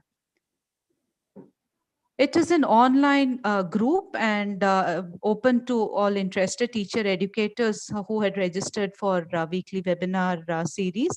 But as you just saw Lakshmi, who had shared earlier, we found quite a sizable number of teachers enrolling for this group as well and taking part in the webinar series. And group members had begun to initiate conversation around areas of interest and the topics in the webinar series. So essentially, this is how the Teaching and Learning Consortium shaped up. And the name was also given by the members themselves. So it very organically evolved. In terms of how digital badges, next slide, please, Ananya. Yeah. Were used within this community of practice. So we also initiated the badges 3 weeks after first setting up TALC as a group. And needless to say, the introduction of badge happened thanks to our collaboration with Open University. And the criteria for the badges evolved iteratively in our conversation with colleagues at Open University. So primarily, we wanted to introduce badges to ensure that participants who were active within the group gain some kind of recognition for taking time off. So we must remember that at the time that the webinar series were going on, quite a few of the participants were themselves taking up online classes. So they were conducting either conducting classes or attending classes. So despite their work schedule, they found time to not only participate in the weekly webinar series, which was of an hour duration, but also contributed to the group as well. So we certainly wanted some kind of acknowledgement for the time that they provided to the group. And also we felt that we all know that it's easy to set up a community of practice, but sustenance of the community is quite a challenge. And we thought the badges could be a good way of ensuring people remain motivated within the group. So there are currently a set of 4 badges, which are in fact hierarchical in nature, beginning with the contributor badge that recognizes people for contributing actively to the group, right up to the level of setting up their own community, local communities of practice. So those are the 4 sets of badges that we have within the TALC community. And as an offshoot of the webinar series, quite a few of the participants within the TALC group pointed out to us that timings clashed with their other work engagements, or due to internet connectivity issues, etc. They were not able to participate in the synchronous webinar series, and they requested us to make them available offline as well. And this is when Ananya and a group of students, master students from the University of Mumbai, मी ते सेवापूर्व विभागाचं प्रभारी सेवापूर्व ई service early childhood care education आणि psychology असा विभागाचं काम बघते. Okay. So what they did was create OERs around the webinar series. So this included a set of video recordings of the talks, as well as readings, pre-readings for the talk. And there, the issue of badge was more straightforward, in the sense a set of quizzes were incorporated within the OERs itself, and a criteria of about 60% of scores in all the 9 units under which the OERs are now created based on the webinar series. A badge is automatically issued. So moving on, you can see that after announcing the digital badge, the number of posts in the group has increased quite dramatically. And going by the waning response currently in the group, I think it is time for us to announce another badge as well. So we conducted a short survey among the participants, and I must say that the TALC group that way is quite committed, and they not only took time off to participate within the group, but they were also kind enough to give their time for completing the survey as well. So I'm grateful to the TALC members for it, and I'm happy to find quite a few today as well in this webinar. So as you can see, nearly half of the participants had not heard of digital badges before TALC. And in terms of their perceptions on the role of digital badges, we find that almost 2/3 of them were interested in earning a digital badge. And they feel that the badges would be useful for them in the future as well. I now invite Ananya to share the perception of the group members in terms of how they value the badges, and also share a short video clipping from one of the participants. Daniel was not sure if he could attend in person, and he was kind enough to create a short a video clip of his experience and share it with us. Over to you, Ananya. Yeah, thanks, Maithili. So these are some of the responses that participants gave on the survey, and we had also requested them to share their views on what is in their view, the potential value of digital badges, whether they could be useful to them and how or not. So some of these are from participants or members of the COP who applied for the TALC contributor badge and earned it, while some of them did not, but still they have given their different views. So for example, one of them has said that it's a different thing, that since the badge is online, the risk of losing it gets eliminated, and there is a different kind of recognition that you get with the digital badge. Another member has said that for her, digital badges has helped her to explore knowledge beyond their comfort zone, and has also pushed her to reflect on what are the different skills and values that she could try to achieve more for earning the digital badge. And quite a few of them also said, like in the chat also today in the webinar, that digital badges can really help teachers and students to motivate themselves to learn new things and accomplish different skills and share it with their peers. So one member of TALC COP, Daniel D'Souza, who is also present today in the webinar, he himself created a digital badge, and we requested him to share his experience. And he has kindly shared a video clip, a presentation, which I will play now. I hope it's... Good evening to all of you. I am Daniel D'Souza.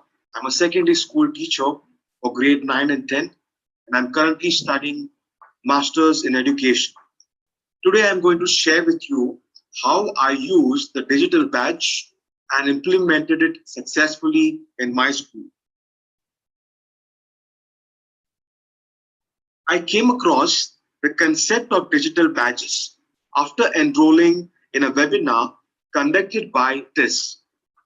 It made me curious as to what these digital badges are and how they are beneficial to participants or students in a school.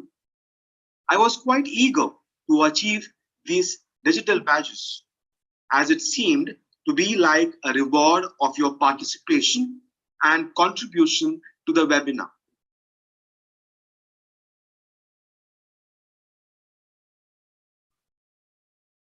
After successfully completing the task assigned in the webinar, I was awarded the badge. As a teacher, I was struck with an idea: why not create my own badge and award it to the students for the task they complete?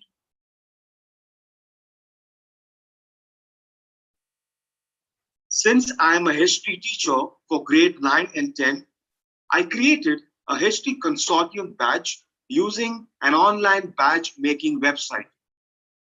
I used another website to issue the badges. However, I had laid down criteria for the students before they could achieve the badge. Yeah, so thanks a lot, Daniel, for sharing this. Maithili, over to you.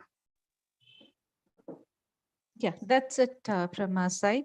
So back to Simon again. Great, thank you. Thank you so much for sharing those two examples of pilots. I hope everyone agrees with me that it's really helped give insight into the learning design and thinking about the purpose and the intent of badges, but also taking through all the way through the process from conception to thinking about how they're going to be introduced, to them being used and also to monitoring them. And certainly I think the impact of introducing a badge there are some very interesting research and practical insight findings in terms of taking these implementations forward. So before we move on to the next part, I just want to ask my colleagues and those joining, if they have any particular questions in respect to the pilots. If you do, perhaps you could post those in the chat box, and then Matilde or Amina could pick those up. And as you're doing that, I'll just set up the next slide.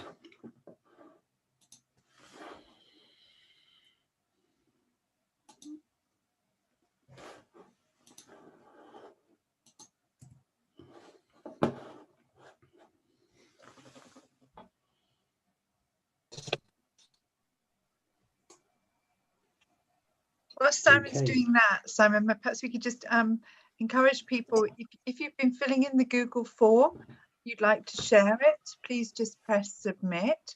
There's absolutely no compulsion to do this at all, but we'd be interested to see what you've scribbled in there.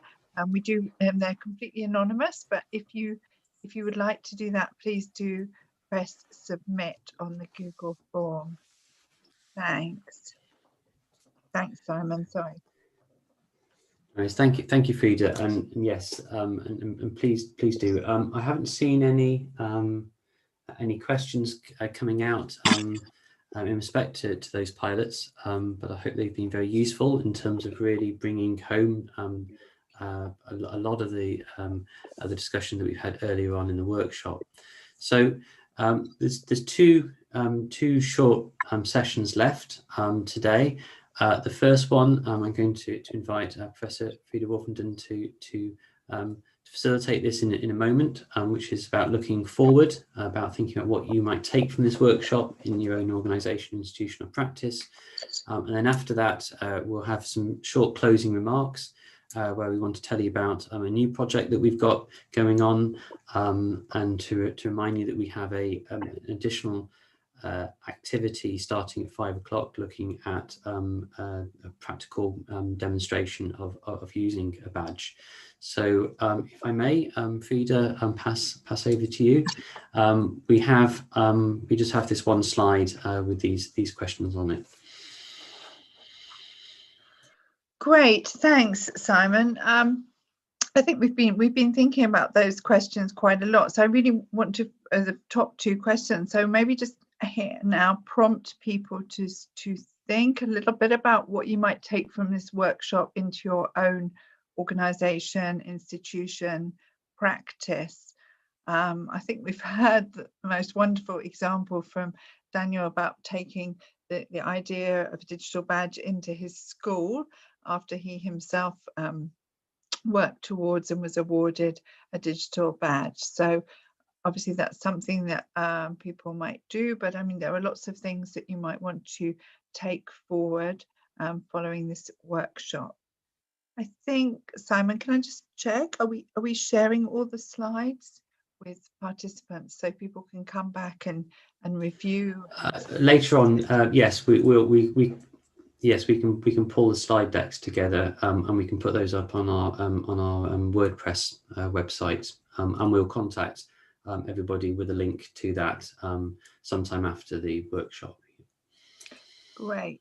So there's a couple of questions in the chat here, Simon, as you're there. One is about sites that can be used for creating and distributing digital badges. The other one is the cost.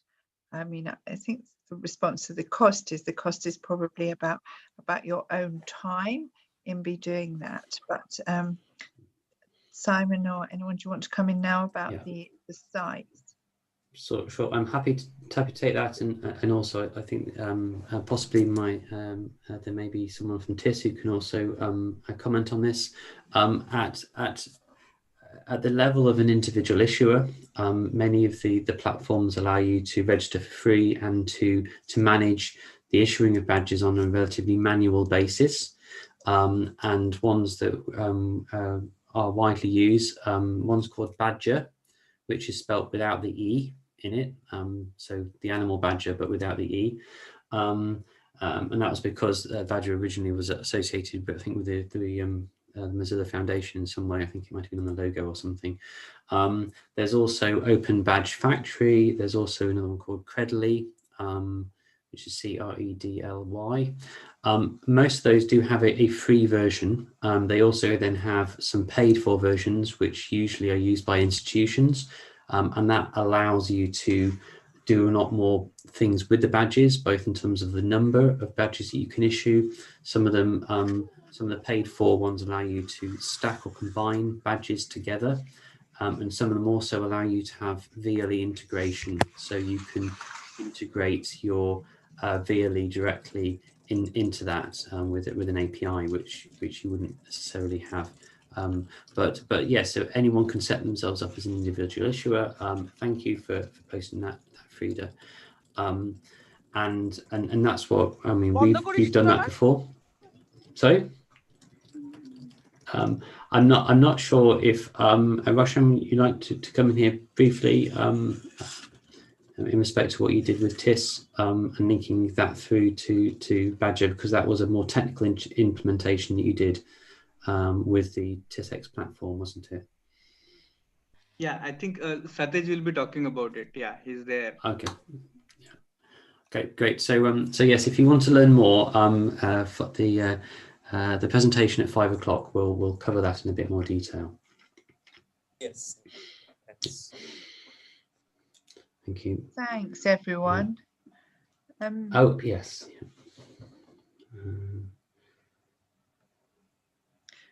Any more thoughts on what you'll take from this workshop, or what else actually perhaps you'd like to know? Because that again would be very, very helpful for us to know what perhaps we haven't covered here and you would really like to know about. Yeah, I think there was a good discussion around also the criteria for digital badge, and I think I'm just so happy to see a lot of people in the chat box said that it should not be just participation, but should also be some criteria on earning a badge. So I think that is really good, which has come about, and we do not have time to maybe deliberate on how to design, and but we are sure this is just an initial orientation, and we look forward to maybe have more specific sessions in the future if some of you are interested. Maybe come up with more examples from what people have practiced, and then look at a lot of other designs to get our discussions more focused. So that is also a possibility in the future. But if you have any ideas of how we can go about it even in the future, please put it in the chat box or do write to us. Yeah, I think thanks very much. I think we had a question which I think is a very, very pertinent question around challenges faced while scaling up. So obviously in this project at the moment we've just been doing kind of quite small scale pilots, you've seen, but we are going to be moving to trying to do something a little bit more at scale, which I think Simon's going to talk about in this final session. So maybe that's a good segue, Simon, into Can I just come in, Frida? Yeah. Briefly to say, before Simon comes in, I think it's one thing to automate the collection of evidence through tests or quizzes or multiple choice, but that will be largely testing knowledge or understanding, and so the challenge is more about assessing other forms of learning which are maybe more practical or more reflective at scale. But again, Simon may talk on about that more. It's just spanning the whole range of skills that might be assessed can be a challenge, but it doesn't mean that we should ignore those challenges. So over to you, Simon. Thank you, Lena. So Yes, so I just want to take this opportunity to for a few closing remarks, and some of these are looking ahead to things that we will be doing next, and an invitation for you to share some more of your thoughts through a short survey. So I want to cover these few things in these closing remarks, but also just to obviously thank you all for being here as well today, and for contributing, for your wonderful reflections. Whilst our current project is coming to an end, we have now got funding for a new project, which is about digital enabling of teachers in Assam. This is a project funded by the Open University, with also contributions from Assam State Government, from Tata Trust and from TIS. And this really, as Frida and Lena have indicated, this really is going to help, it's going to force us to think about how one does digital badges at scale. It's much harder to do, presents a lot more difficult challenges, and also how one does badges in different languages. So this project plans to deliver an online course and associated digital badges with that, in support of COVID-19 response in schools in Assam, and to deliver that in English and Assamese. And the intent is to invite and involve hundreds of schools in Assam to issue over 1,000 digital badges in these. And part of this, the research interest of this, is to really understand the learning and the motivational impact of these digital badges, and how to assess use at scale, because this is going to be much harder to do with a manual process. But gradually, obviously, what one has to do is to run these things and to do these investigations, so one can understand how one potentially can support or automate those processes further in future.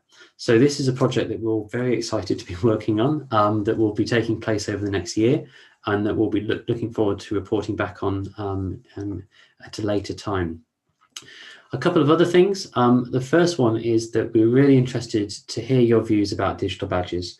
There is a URL on the screen here, a tiny URL, tinyurl.com/dbendsurvey. Perhaps someone can pop that in the chat link as well. It's a short questionnaire, just of 8 questions, but we'll be really interested in hearing your views on this, because this helps us take the conversation, the discussion forward. So if you're able to open that and to fill that in either now or just after the event, that would be marvelous. So thank you so much for that. Also, we just wanted to give you a heads up that we are working on a project report for the project, which will include a lot of the information that we've been talking about today, with some information about the pilots, with some overall context. We're still finalising that, but that will come available soon at the link on the screen. And there is a link to the interim report here as well, which is dbtpdi.wordpress.com/publications. And on that page, there's a link to download the interim report if you can't wait for the final one. So please do take a look at that. And also, we have been thinking about trying to offer some form of badge, which might be called something like Starting with Badge sometime soon. I don't really want to go into too many more details now, obviously, but I would say do keep a lookout for an email. I will be sending around with more information about that. And that might be quite a good opportunity for those of you who haven't necessarily had the opportunity of seeing how a badge works, and for earning one, to really get that experience. And also just to let you know, and to inform you that we have a project website, which is at dbtpdi,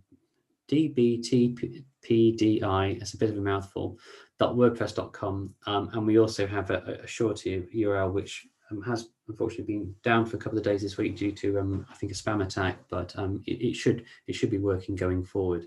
And on that site, we'll be posting more information, blog posts, updates on the project, and those kinds of things. And finally, just in another piece of news, obviously, as we've trailed, there is a post-event extra session. So we'll be concluding in a few minutes from this event, but in about 13 minutes time, I think, there will be another sort of 45 minute session, which is going to be hosted by colleagues in TIS, and that will be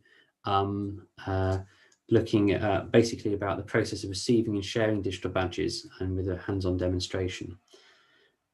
So just by way of conclusion, I wanted just to put back up this agenda, just to remind ourselves what we've done today on the journey that we've been, looking at the concept, contextualizing digital badges, exploring the role of digital badges, and also looking at a couple of examples of those in practice. And I would just like at this point to invite any members of the team just for their brief reflections on the afternoon, how they found it, any particular takeaway messages. I think certainly for me, I think it's been really interesting just seeing the variety of different ideas. There was one around there about community engagement, and some really very eloquent articulations and insights into the motivation, the processes of getting badges, and why they might be important. So if I can invite the rest of the team to share any last reflections on the day.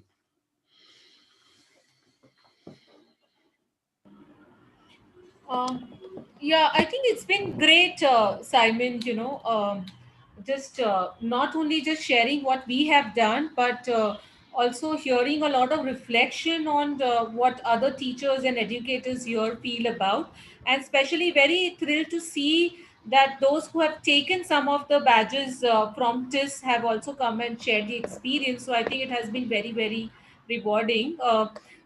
We would find opportunities, to maybe continue this discussion periodically. And if you have any suggestions, please let us know. So yeah, thank you so much.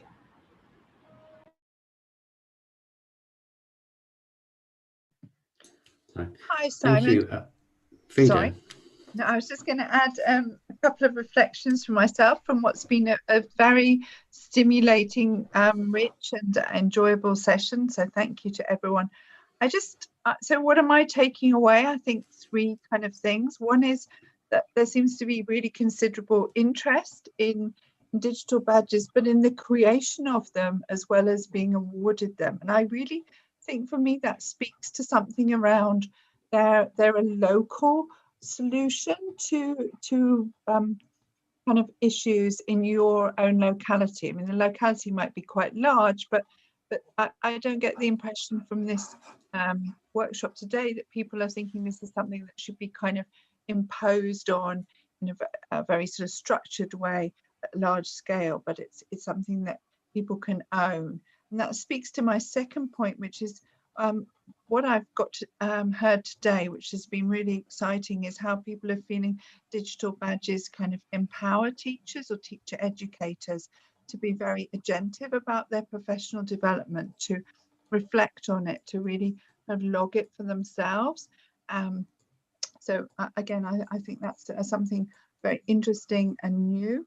And then lastly, as Simon said, I think we've seen this kind of idea that people feel collectively it will help with the movement from just thinking about attendance and completion of CPD, or recognition of attendance and completion in CPD, to really thinking about learning and progress with learning.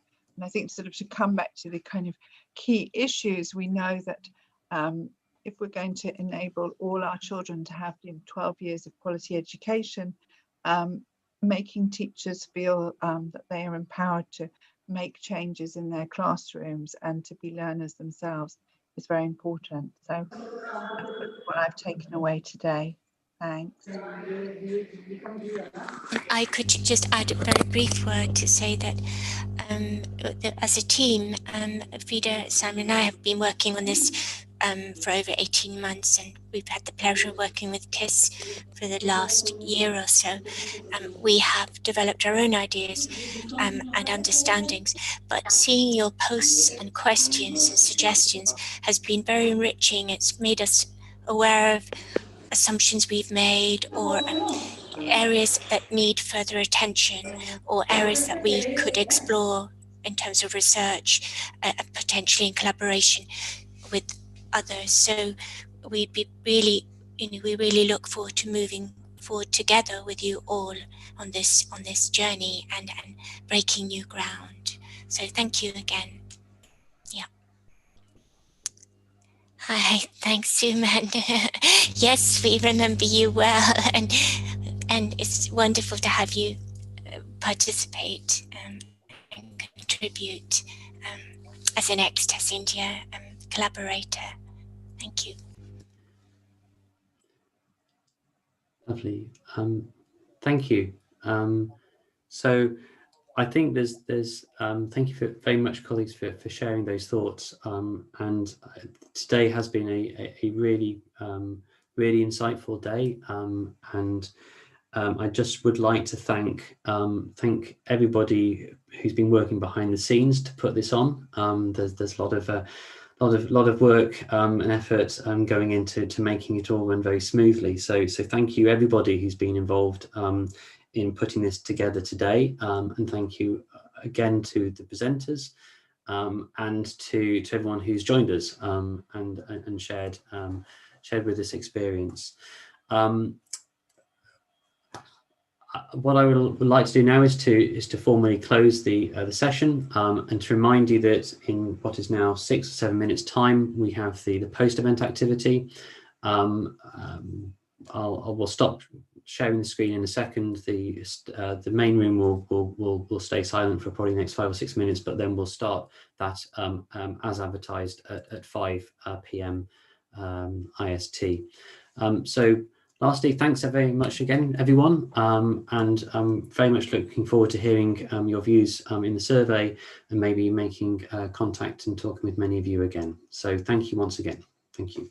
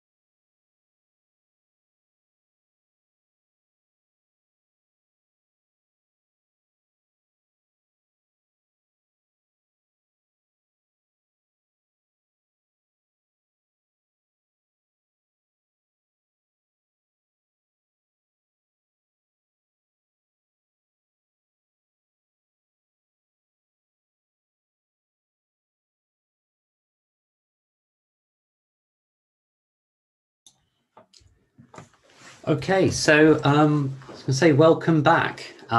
We've been able to take a comfort break and hopefully maybe grab a drink or cup of tea. Thank you very much for those of you who are still with us and joining us for this final session, which really I think is focused much more on the practical side of digital badges. We've spent the afternoon talking about thinking about digital badges in many different ways, and I think this is kind of the almost the final component of that.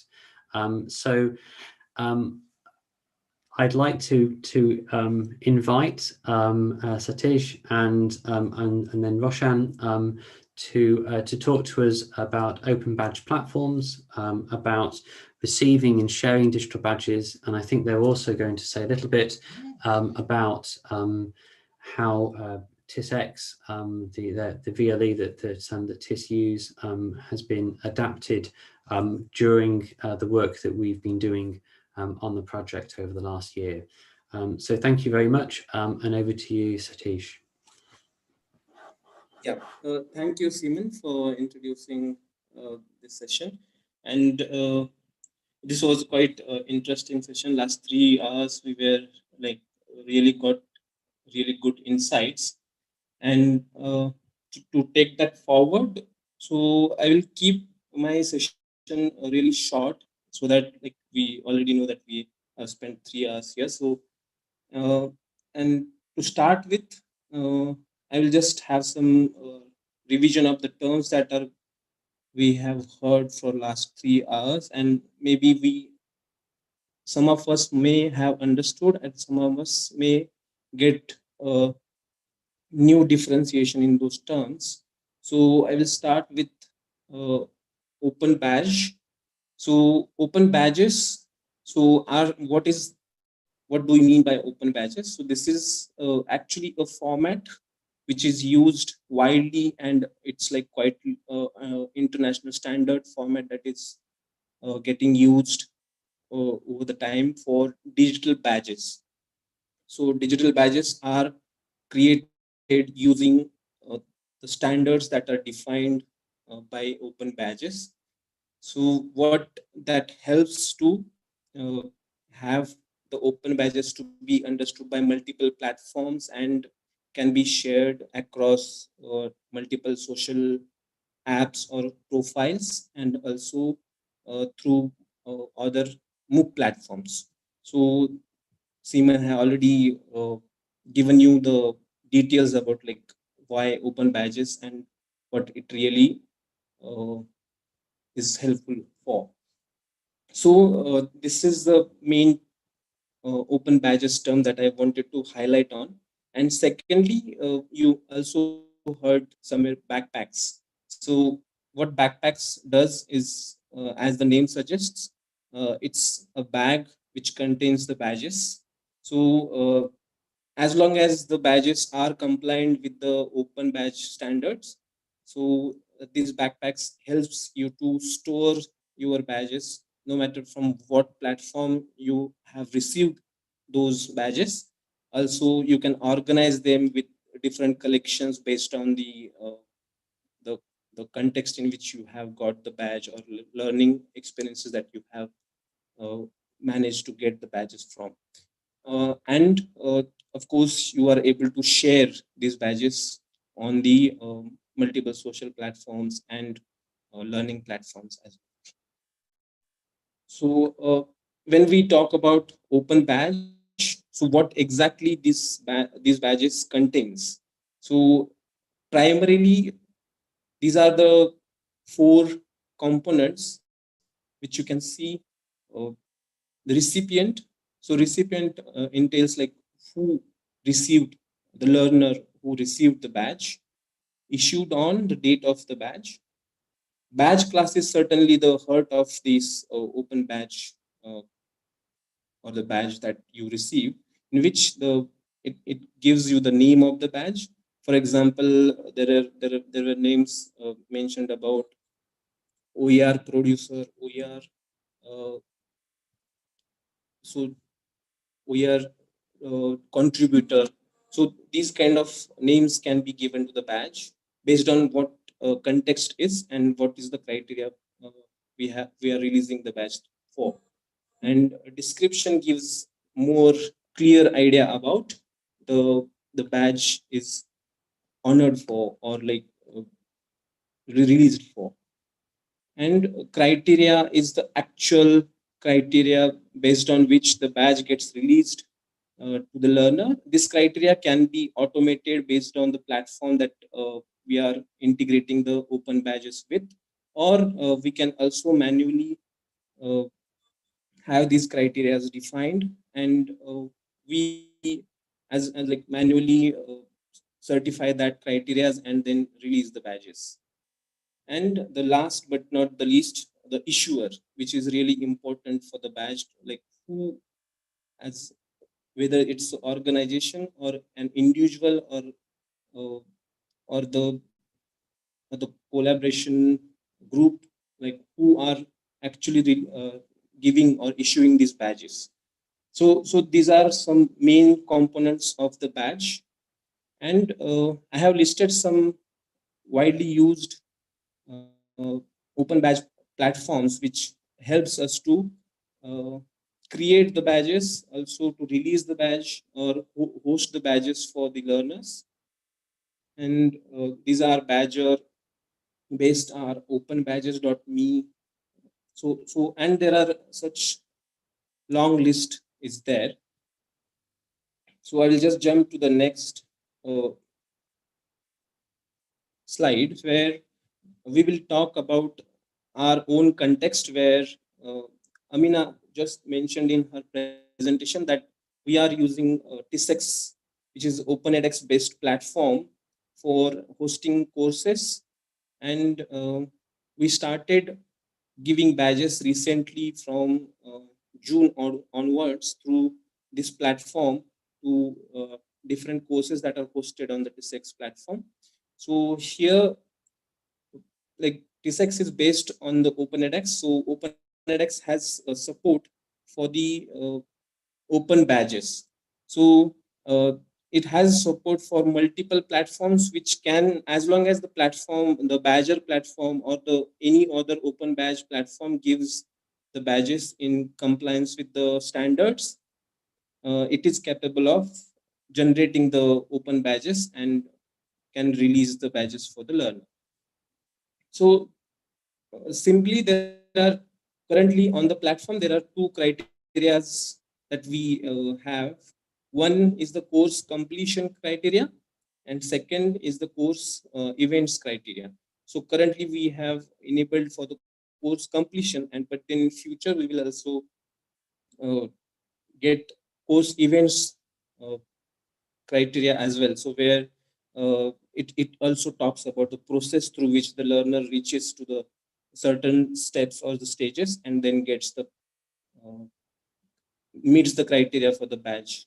And maybe a collection of 2, 3, 4 badges makes one complete badge, or part of 2, 3 badges can together make some more greater badge, or like so that's where we are also going to head through in the time. So this TSEX platform initially had the criteria in such a way that if learner completes the course and meets the passing criteria of the course, then certificates gets released firstly to the learner, and once the certificate gets released, then learner gets the badge. So this activity was a cascading activity. Only after releasing the certificate, badges were getting available to the learners. But we altered this criteria so that even if we don't want to give certificates, we want to give badges based on what criteria that we are defining, or what is the context of the course or the progress that the learner goes through. So that is the first thing that we did on the TSEX platform. We altered the flow. Secondly, then the bigger step comes where the the provision is there, meaning in the platform, the provision is there for releasing the badges, but we need to firstly adopt one of the open badge releasing platform, the list that I just shared in the previous slide. So one of those platform can be used to release the open badges. So we selected Badger, which is the first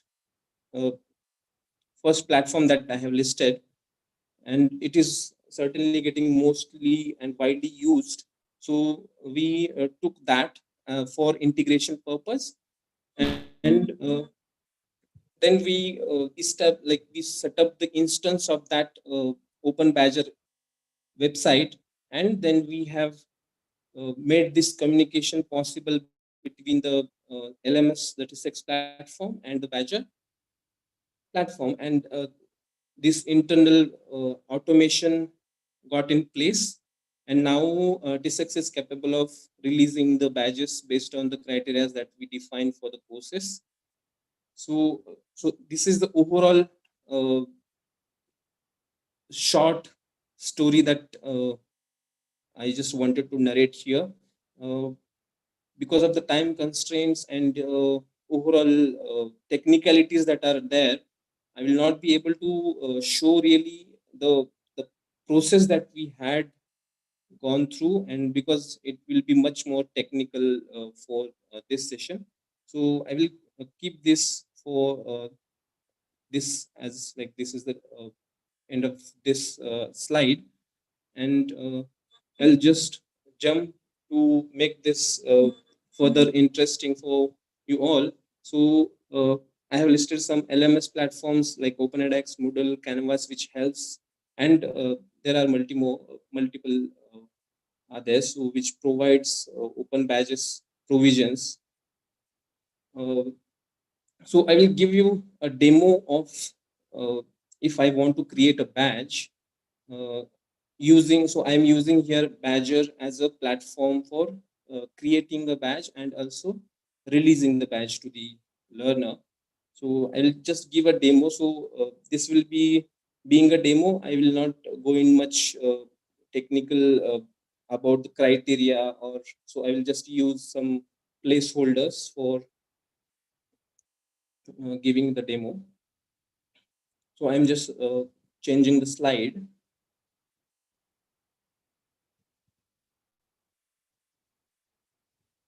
Yeah, okay. So the platform I just mentioned about is badger.com. So I hope all of you can able to view this slide. So I'm going to firstly, so if I don't have an account, then I can register. So, okay, because I have already registered, I will skip this process though, but I will just give you the demo, like what it takes to create account. So here, anyone can create account, any like teacher or a principal or organization who wants to release the badge through create and release the badge through the Badger platform. So the first slide that asks for server. So it's not really your country that it is asking for, but it is asking for the region which will be closer to your country. You can select that. So you can select Australia, for example, for India, and click on save and continue. And because I have already registered, so it is directly taking me to my login page. And after login, this is the first blank page that comes in front of you. So yes, it is open access platform, and that is a good question, I would say. So here,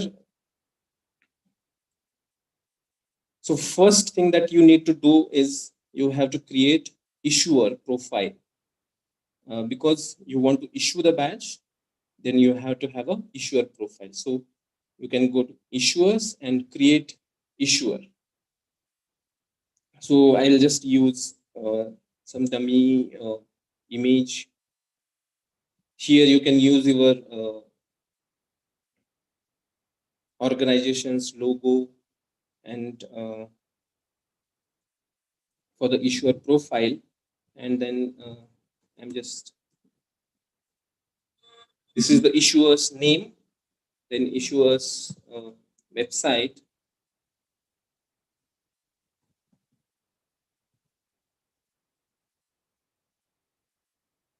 Okay, and here it automatically took my email ID through which I have registered.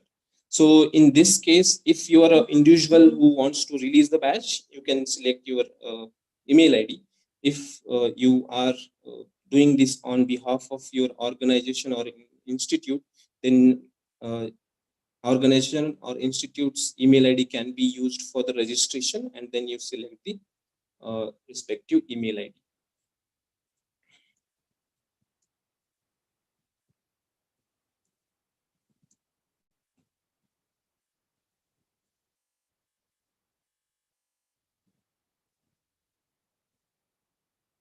Okay, yeah. So I'm creating this issuer profile here. So you can see now it's showing issuer's profile and saying that there are 0 badges that are created, and obviously then 0 awards that are given. And here below you can see if I create a badge, then this will appear. And in the staff, you can keep adding more staff from your organization or institute. And there are selections if the person who you are adding is owner or editor or a staff member. Based on that, they get the rights for the creation or the issuing of the badge. So I'm creating the first badge for this issuer. So so here also, this is really a good thing that I really like here is you can, if you have any digital tool or app through which you can design your own badge, you can do that and then select that image or that badge representation from here, and you can just upload here. Secondly, if you don't have and you want to just design the badge, you can just click here, and this platform gives you number of options to create the badge on the platform itself. So I'm just selecting some shape, badge shape, and then icon I'm selecting because I'm from okay, so I'm just thinking about OER, so maybe a book.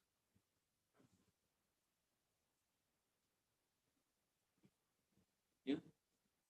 So I'm just selecting this, and I can also select the badge style. So meaning there are different styles available. Also, you can actually customize the badge style here. You can see, so I'll not go deeper here. So something like this, I can just change the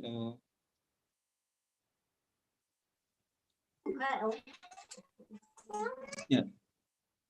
Anybody has any question? And I can give color, a different color for stroke width. And Roshan, there was a question about whether the website is compulsory. Sorry? A question in the chat about whether having a website is compulsory. Just a minute. No, I think no, it's not a compulsory website. Yeah, so I have just selected this as one because I showed in my first slide where I mentioned that there are multiple such websites which provides open badges. So I have selected this because this is over the time, this is most widely and popular website that is getting used, and open badges backpacks were developed by Mozilla, and now Mozilla also moving towards, or backpacks are actually slowly moving toward on this website, the Badger website. So I selected this as one of the, it's not compulsory or mandatory. Yeah. Okay, so I am finalizing my design this, and then I'm saying that OER producer as the badge name.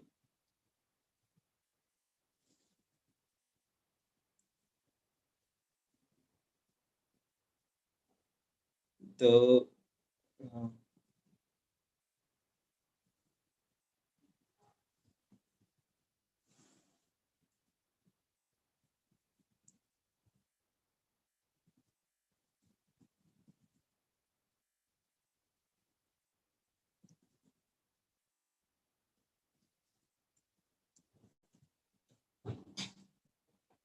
yeah, so I'm just giving some random description and earning criteria. So as you know, like criteria description can be given here. So I'm saying that the one who creates the OER resources and makes it available to on the widely used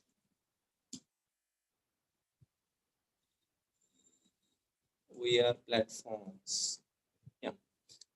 So, and also you can give criteria URLs where you have already defined all the criteria that needs to be fulfilled for getting this badge, can be also mentioned here.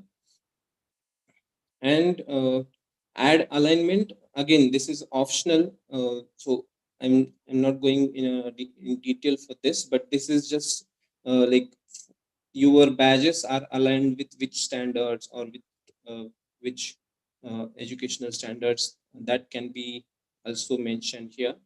And I'm saying we are badge as one of the tag. And again, you have option to also set the expiry of the badge. So badges can be set to be expired in some days or weeks or months or years, and you can select the numbers. So I'm creating my first badge here. Okay. And so here now it's showing you overall how it looks like. And if you want to also see on a public page how it will look, so you can just click here and see.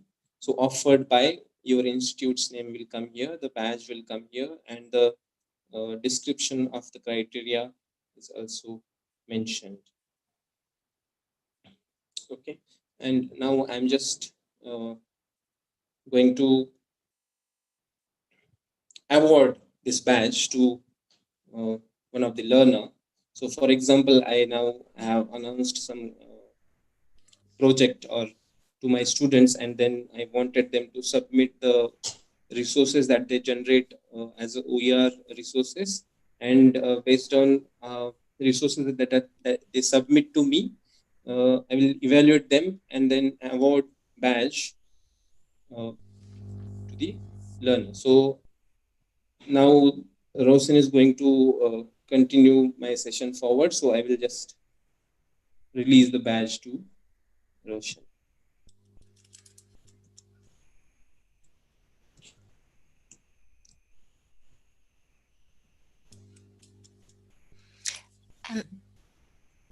Yeah, and here I can... Sorry, just to butt in, there was a really useful question about the validity of the badge, how long it is of value, whether it expires at all. I think, I'm not sure that there's a...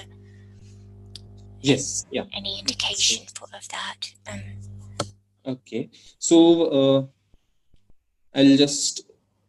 So here, when we are releasing the badge, we can actually, per badge also, we can select till what time this badge will be valid, or if I want this badge to be always been there, I will not select any expiration dates for this badge.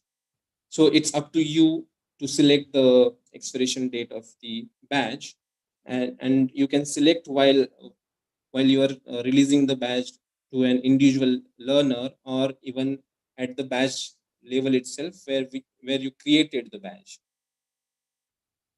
So I'll just show that again. So this badge which we created. And if I may. Yes, man. Sorry, I was just going to come in.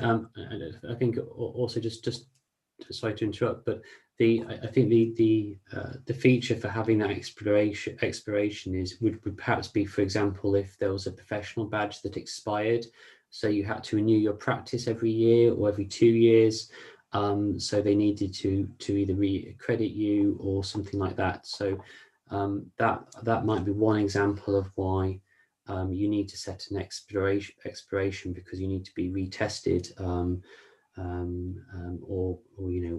Or whatever. So, yeah, sorry to interrupt you there. Thank you.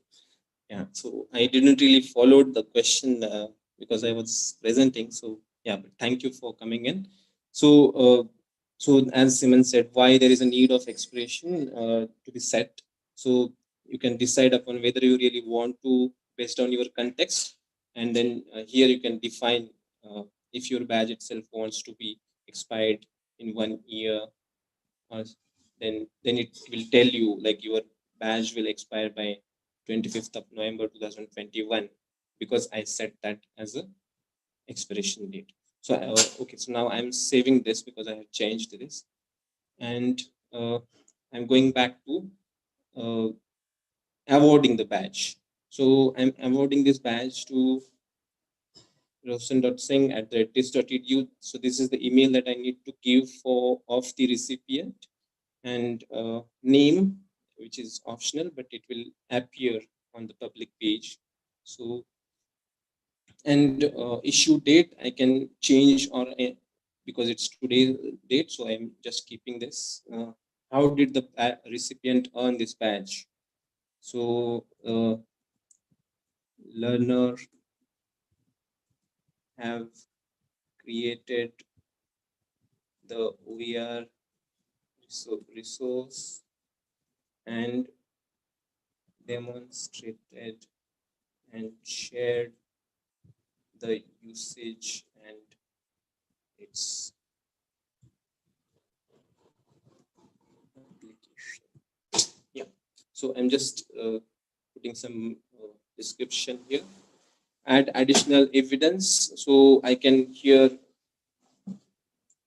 add the additional evidence like link to the OER resource if I want to mention, or so such things can also be done to make it more evidence based and more authentic. So now I'm clicking on award badge, and I have kept here notify recipient email. So so this is how this is the short demo of one can create issuer profile, and one can also create badge, and how they can award the badges to the learners. And just last thing I would like to also mention here is like award badge. By using this button, you can actually release one badge at a time, and if you want really to release or award the badges in bulk, or like hundreds of participants, you can also use the comma separated, meaning the spreadsheet where there is a there is sample spreadsheet that you can download and see what all fields that needs to be fill in to fit into the criteria. So because there are specific columns that are mentioned using which you have to specify the spreadsheet. I'm just opening it.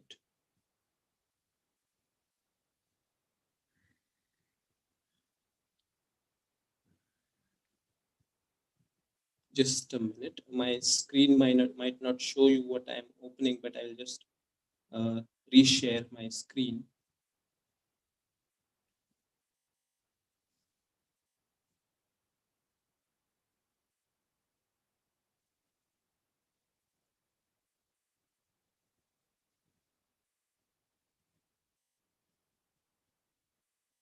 Yeah. So so your spreadsheet can have these fields, which starts with identifier, the recipient name, narrative, evidence URL, issue date, and expiration date. So identifier and so email of the recipient can be mentioned. So such things can also be done.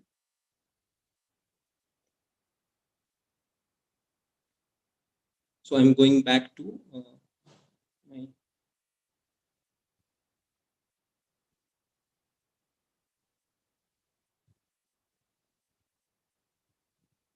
my Roshan, I'm not able to. Yeah, I'm here. Yeah, now it's working. Okay, fine. Okay. So so this is also possible. You can award the badges in bulk, or you can do it individually based on what is the need or the requirement of. Okay.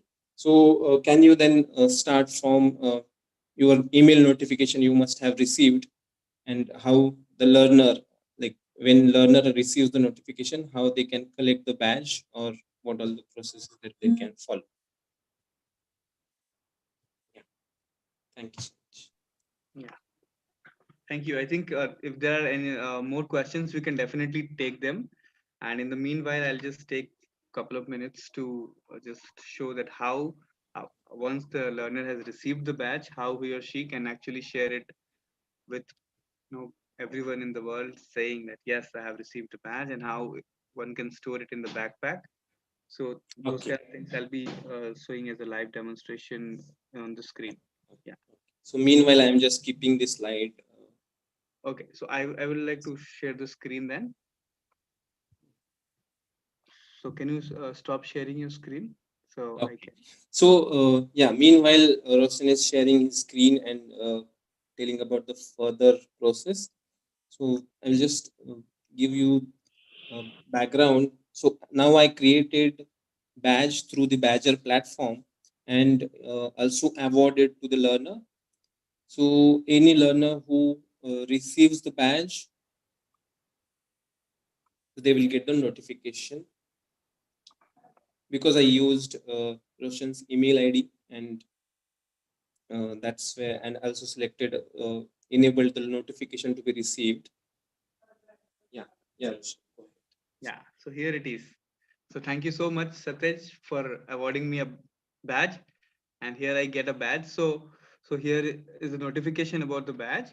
And this was the design which was made during the issuance process, and the details regarding like why the badge has been awarded and issued by. So here basically it needs to represent the organization which has issued, probably your school, your institution, or your college, like university. So, and after which basically, if you want to take this badge, if you just want to download it, you can download it by just clicking here in the download button, and it will download as a PNG file. So you can share it on WhatsApp and everywhere, that PNG file, if you just want to download that. There is one more thing. It asks to verify the badge here. Okay, so I think there are some questions in the chat. Okay, so am I not audible, Satij? No, you're fine to the rest of us. It may be an individual problem. Yeah, thank you. Okay. So here, once the page, as the page came, so as you can see, there is an example OER. So the badge has been downloaded and I can share it on any, like, if I want to share it on WhatsApp, I can share that. Apart from that, if I want to save this badge in my backpack, then I need to create an account. This is only for the first time that I need to create an account with the badge R.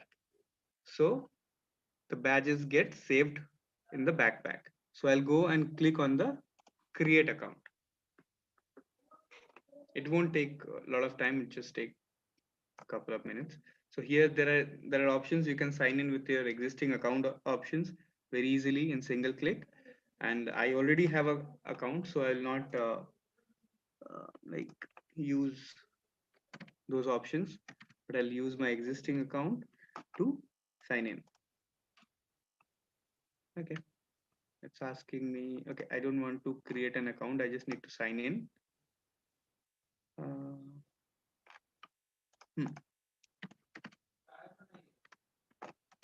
Okay.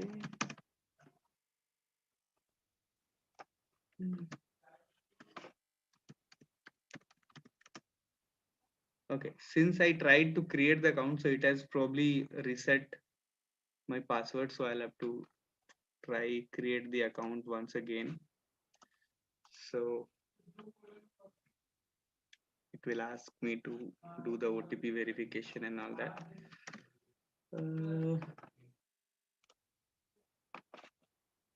It will send me an OTP.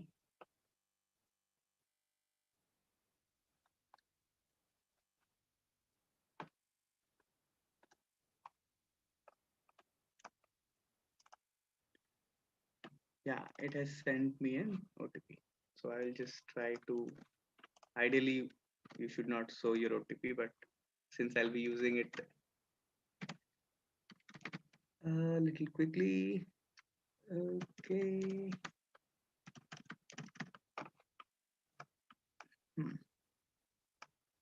Yeah. So this is how you see your welcome screen, and it tells you how you can also even keep your badges in the backpack, and then you can award badges as an issuer as well. So view the badges in the backpack. So here in my backpack there is the badge which I got, OER producer. Here I can see the badge which was issued. So the ideal thing is, whenever you get the badge, you should sign up with the same email ID on the badger with which you have received the badge. Otherwise, it will be difficult for badger to link. I think there are some questions coming up in the chat. Okay, no one else is experiencing the problem. Oh, it's an individual participant with sound issues. But... Yeah. So here, as we can see the badge in our backpack, so we may want to share the badge with everyone in the world. So here there is an option called share. So there are multiple ways of sharing.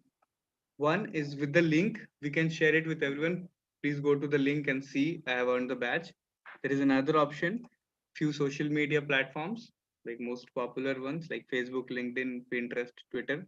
So you may want to click here, and as you click here, another pop-up option will come up. And if you have already signed in to the Facebook thing, like, okay, so yeah, so it automatically comes in and you can actually create a post here, and everybody will come to know that you have received a badge. So right now, since it is not the authentic badge which I have received, so I'll not post it, but definitely your students would love to post it and tell the world, look, I have received this badge. So it's a very a kind of a motivation thing for them. So yeah, so similarly, like LinkedIn, Twitter, Pinterest, anywhere they want, they can actually share it. There is another option with which they can share is, once they have received the badge,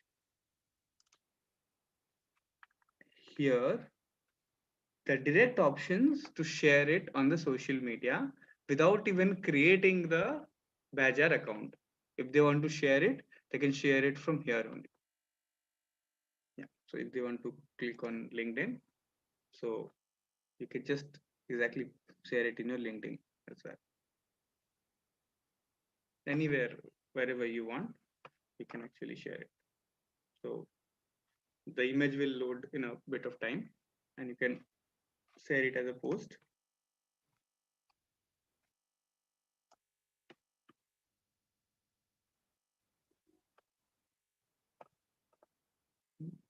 Yeah, so anyways, it will take time to come because the image will load from that like redirected website and it will verify the sources and then it will appear here.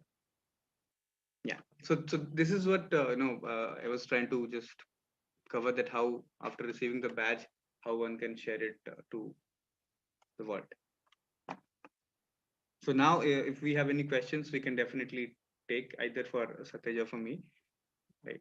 Yeah, so if we have any specific questions or anything detail you want to ask, we can take it.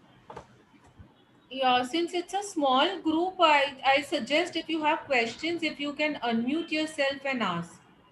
That will that will save some time. Yeah, that will save time. Yeah, I think the permission to unmute is already given to everyone. Yeah, so I'll stop sharing the screen and yeah.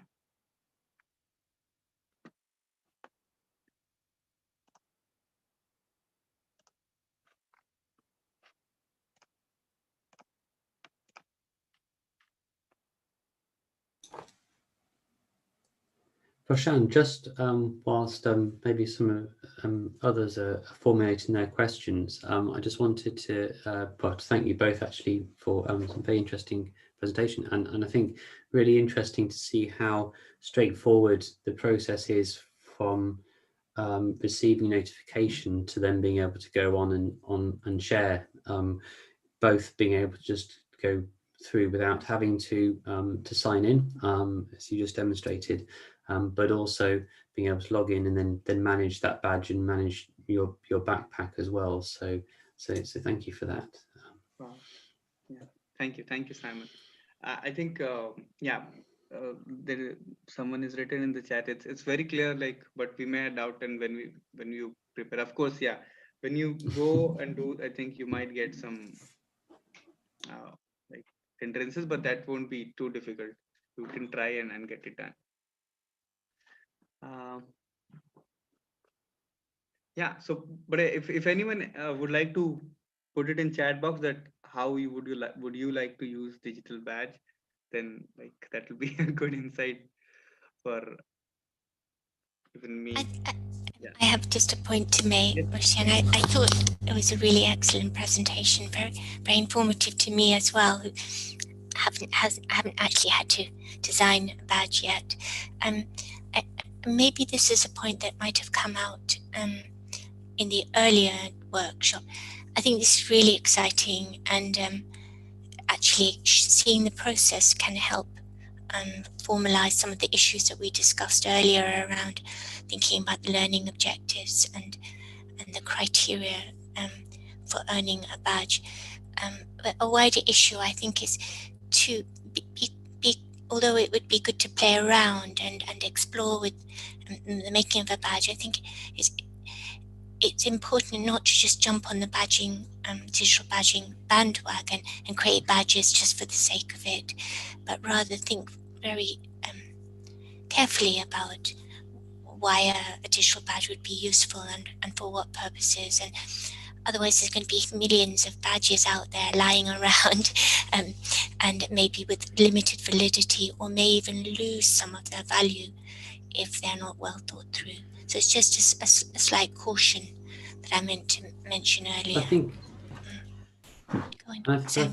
Lena, I think one of the important things also is the fact that when one's using educational technology of any sort, and obviously this is a type of educational technology, we often have to understand what the limits are of the technology itself, and then find creative ways of using what we have in terms of the tools to what we want to do, which I think is what you're saying. And I think quite often that might require some experimentation to really understand how they work. And obviously I think the way in which these platforms will will continue to evolve over time. They might continue to give you richer options and different options. But I think this has been a really helpful session, because hopefully it's helping people to understand what can be done, and then making that link between that and all those kinds of conversations that we were having earlier on in the afternoon about how you put to design and clearly think through the rationale for the badge, and how you promote it and how you frame it and how you situate it within your teaching and learning. So I think all these things are connected together.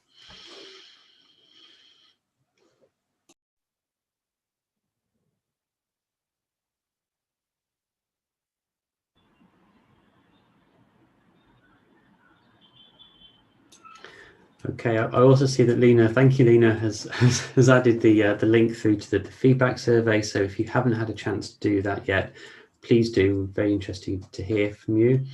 I would also ask whether there are any more questions or comments for the presenters. I see we've had some comments saying this is very clear and very helpful. Yeah, so may I speak something? Of course, please. Yeah, first of all, I think it was a very interesting concept. I was completely new to this concept of digital badges, but I found this concept very interesting. And as in for the question that was raised recently, how these badges would be useful, I could not have answered this question 3 to 4 hours back. But now after this webinar, I am in a position to say that, because I am a research scholar and I am a teaching assistant at IIT Jammu. So I think making these batches for our students, our engineering students, would be a great and an innovative idea to reinforce them. And secondly, I also think that it opens a whole new dimension to the field of research. I was thinking how, because my research area is already ICT in teaching and learning, so I was thinking how to connect dots and what all could be done in this particular area. Yeah. Thank you. Thank you for that. That was very helpful, and yeah, very interested to hear that you're making those connections to your research as well as to obviously to your practice as well. So thank you. Thank you. And there are, the research opportunities are huge. This is all very new, so we welcome your, if you want to get in touch through the links, and start exploring possibilities, we do get in touch. Yes, sure, ma'am. Definitely. Thank you.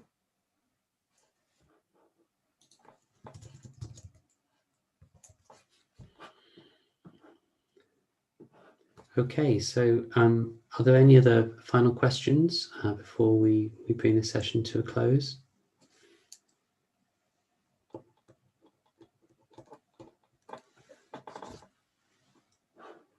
Okay, so I'd like to thank Satej and Roshan again for a really interesting presentation, and thank you for putting this together for us this afternoon. Thank you also for those of you who stayed and to explore this aspect of putting together and sharing digital badges.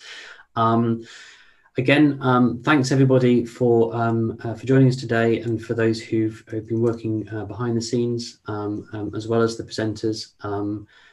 Simon, before you finish, Simon, before you finish, we are exploring other possibilities, aren't we, for awarding?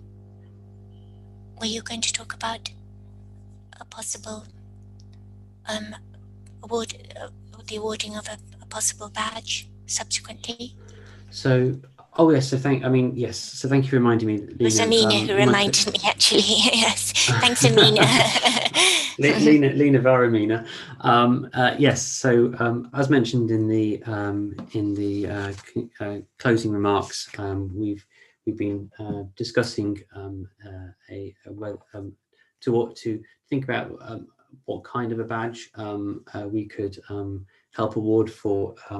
Something around starting out with badges, kind of thing, which links in, I think, to many of the elements of the session that we've been dealing with today.